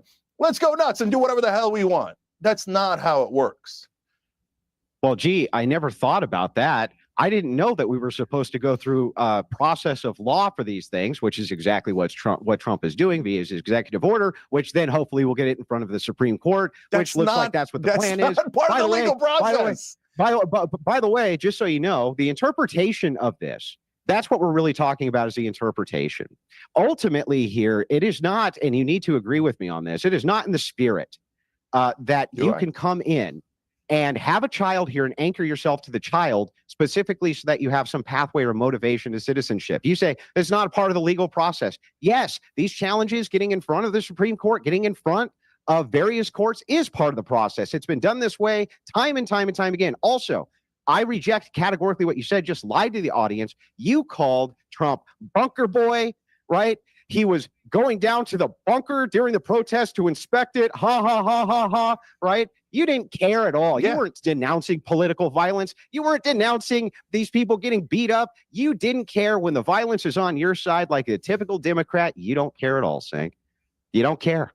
And you've never cared. The only reason you care now is because you want to kiss. And I condemn it every time people do violence. Snake. Literally okay, every I'll say time. Snake. But the thing is, Snake, is that you're just trying to kiss the right wing's ass now to get back in with them because the left has categorically rejected you. And that's what's actually happening. Cenk, is that what's happening? All right, you amuse me. Yeah, this guy amuses me. So, like, you think calling me Snake is going to somehow win you the debate? Good luck with that childish. I already won the debate. Way of going. Oh, you did because you said it. Okay, that, by the way, another great debating tactic. Just saying you won. And second of all, we have 27 million. How many times do I have to say this? 27 million subscribers, 30 billion lifetime views. You're a pimple on my ass. I literally don't even know who you are. So you come in here talking about audience, and you're a snake. Okay, you're a turtle. You're a scorpion. Audience. Whatever. Do I win now? I didn't say anything about audience. What are you talking about? Yeah, you can say that, Cenk, but Andrew Wilson is just more relevant right now to me than the Young Turks. He has more entertaining conversations. His takes resonate more. I don't know what those 30 billion views even mean. I mean, CNN has how many billions of views since they started their channel in 2000, whenever it started. It doesn't mean anything right now. And that's why Cenk, you're trying to kind of make a turn to the right to stay relevant. So I don't care how many views you have. And I'm going to end with I'm going to take a hard left on this and talk about Bernie Sanders and the onesies. If you haven't seen that, if you have seen it, I'm just going to, the way that they're going to make Trump a king with these takes. These takes don't reach anybody. I think they're gonna backfire.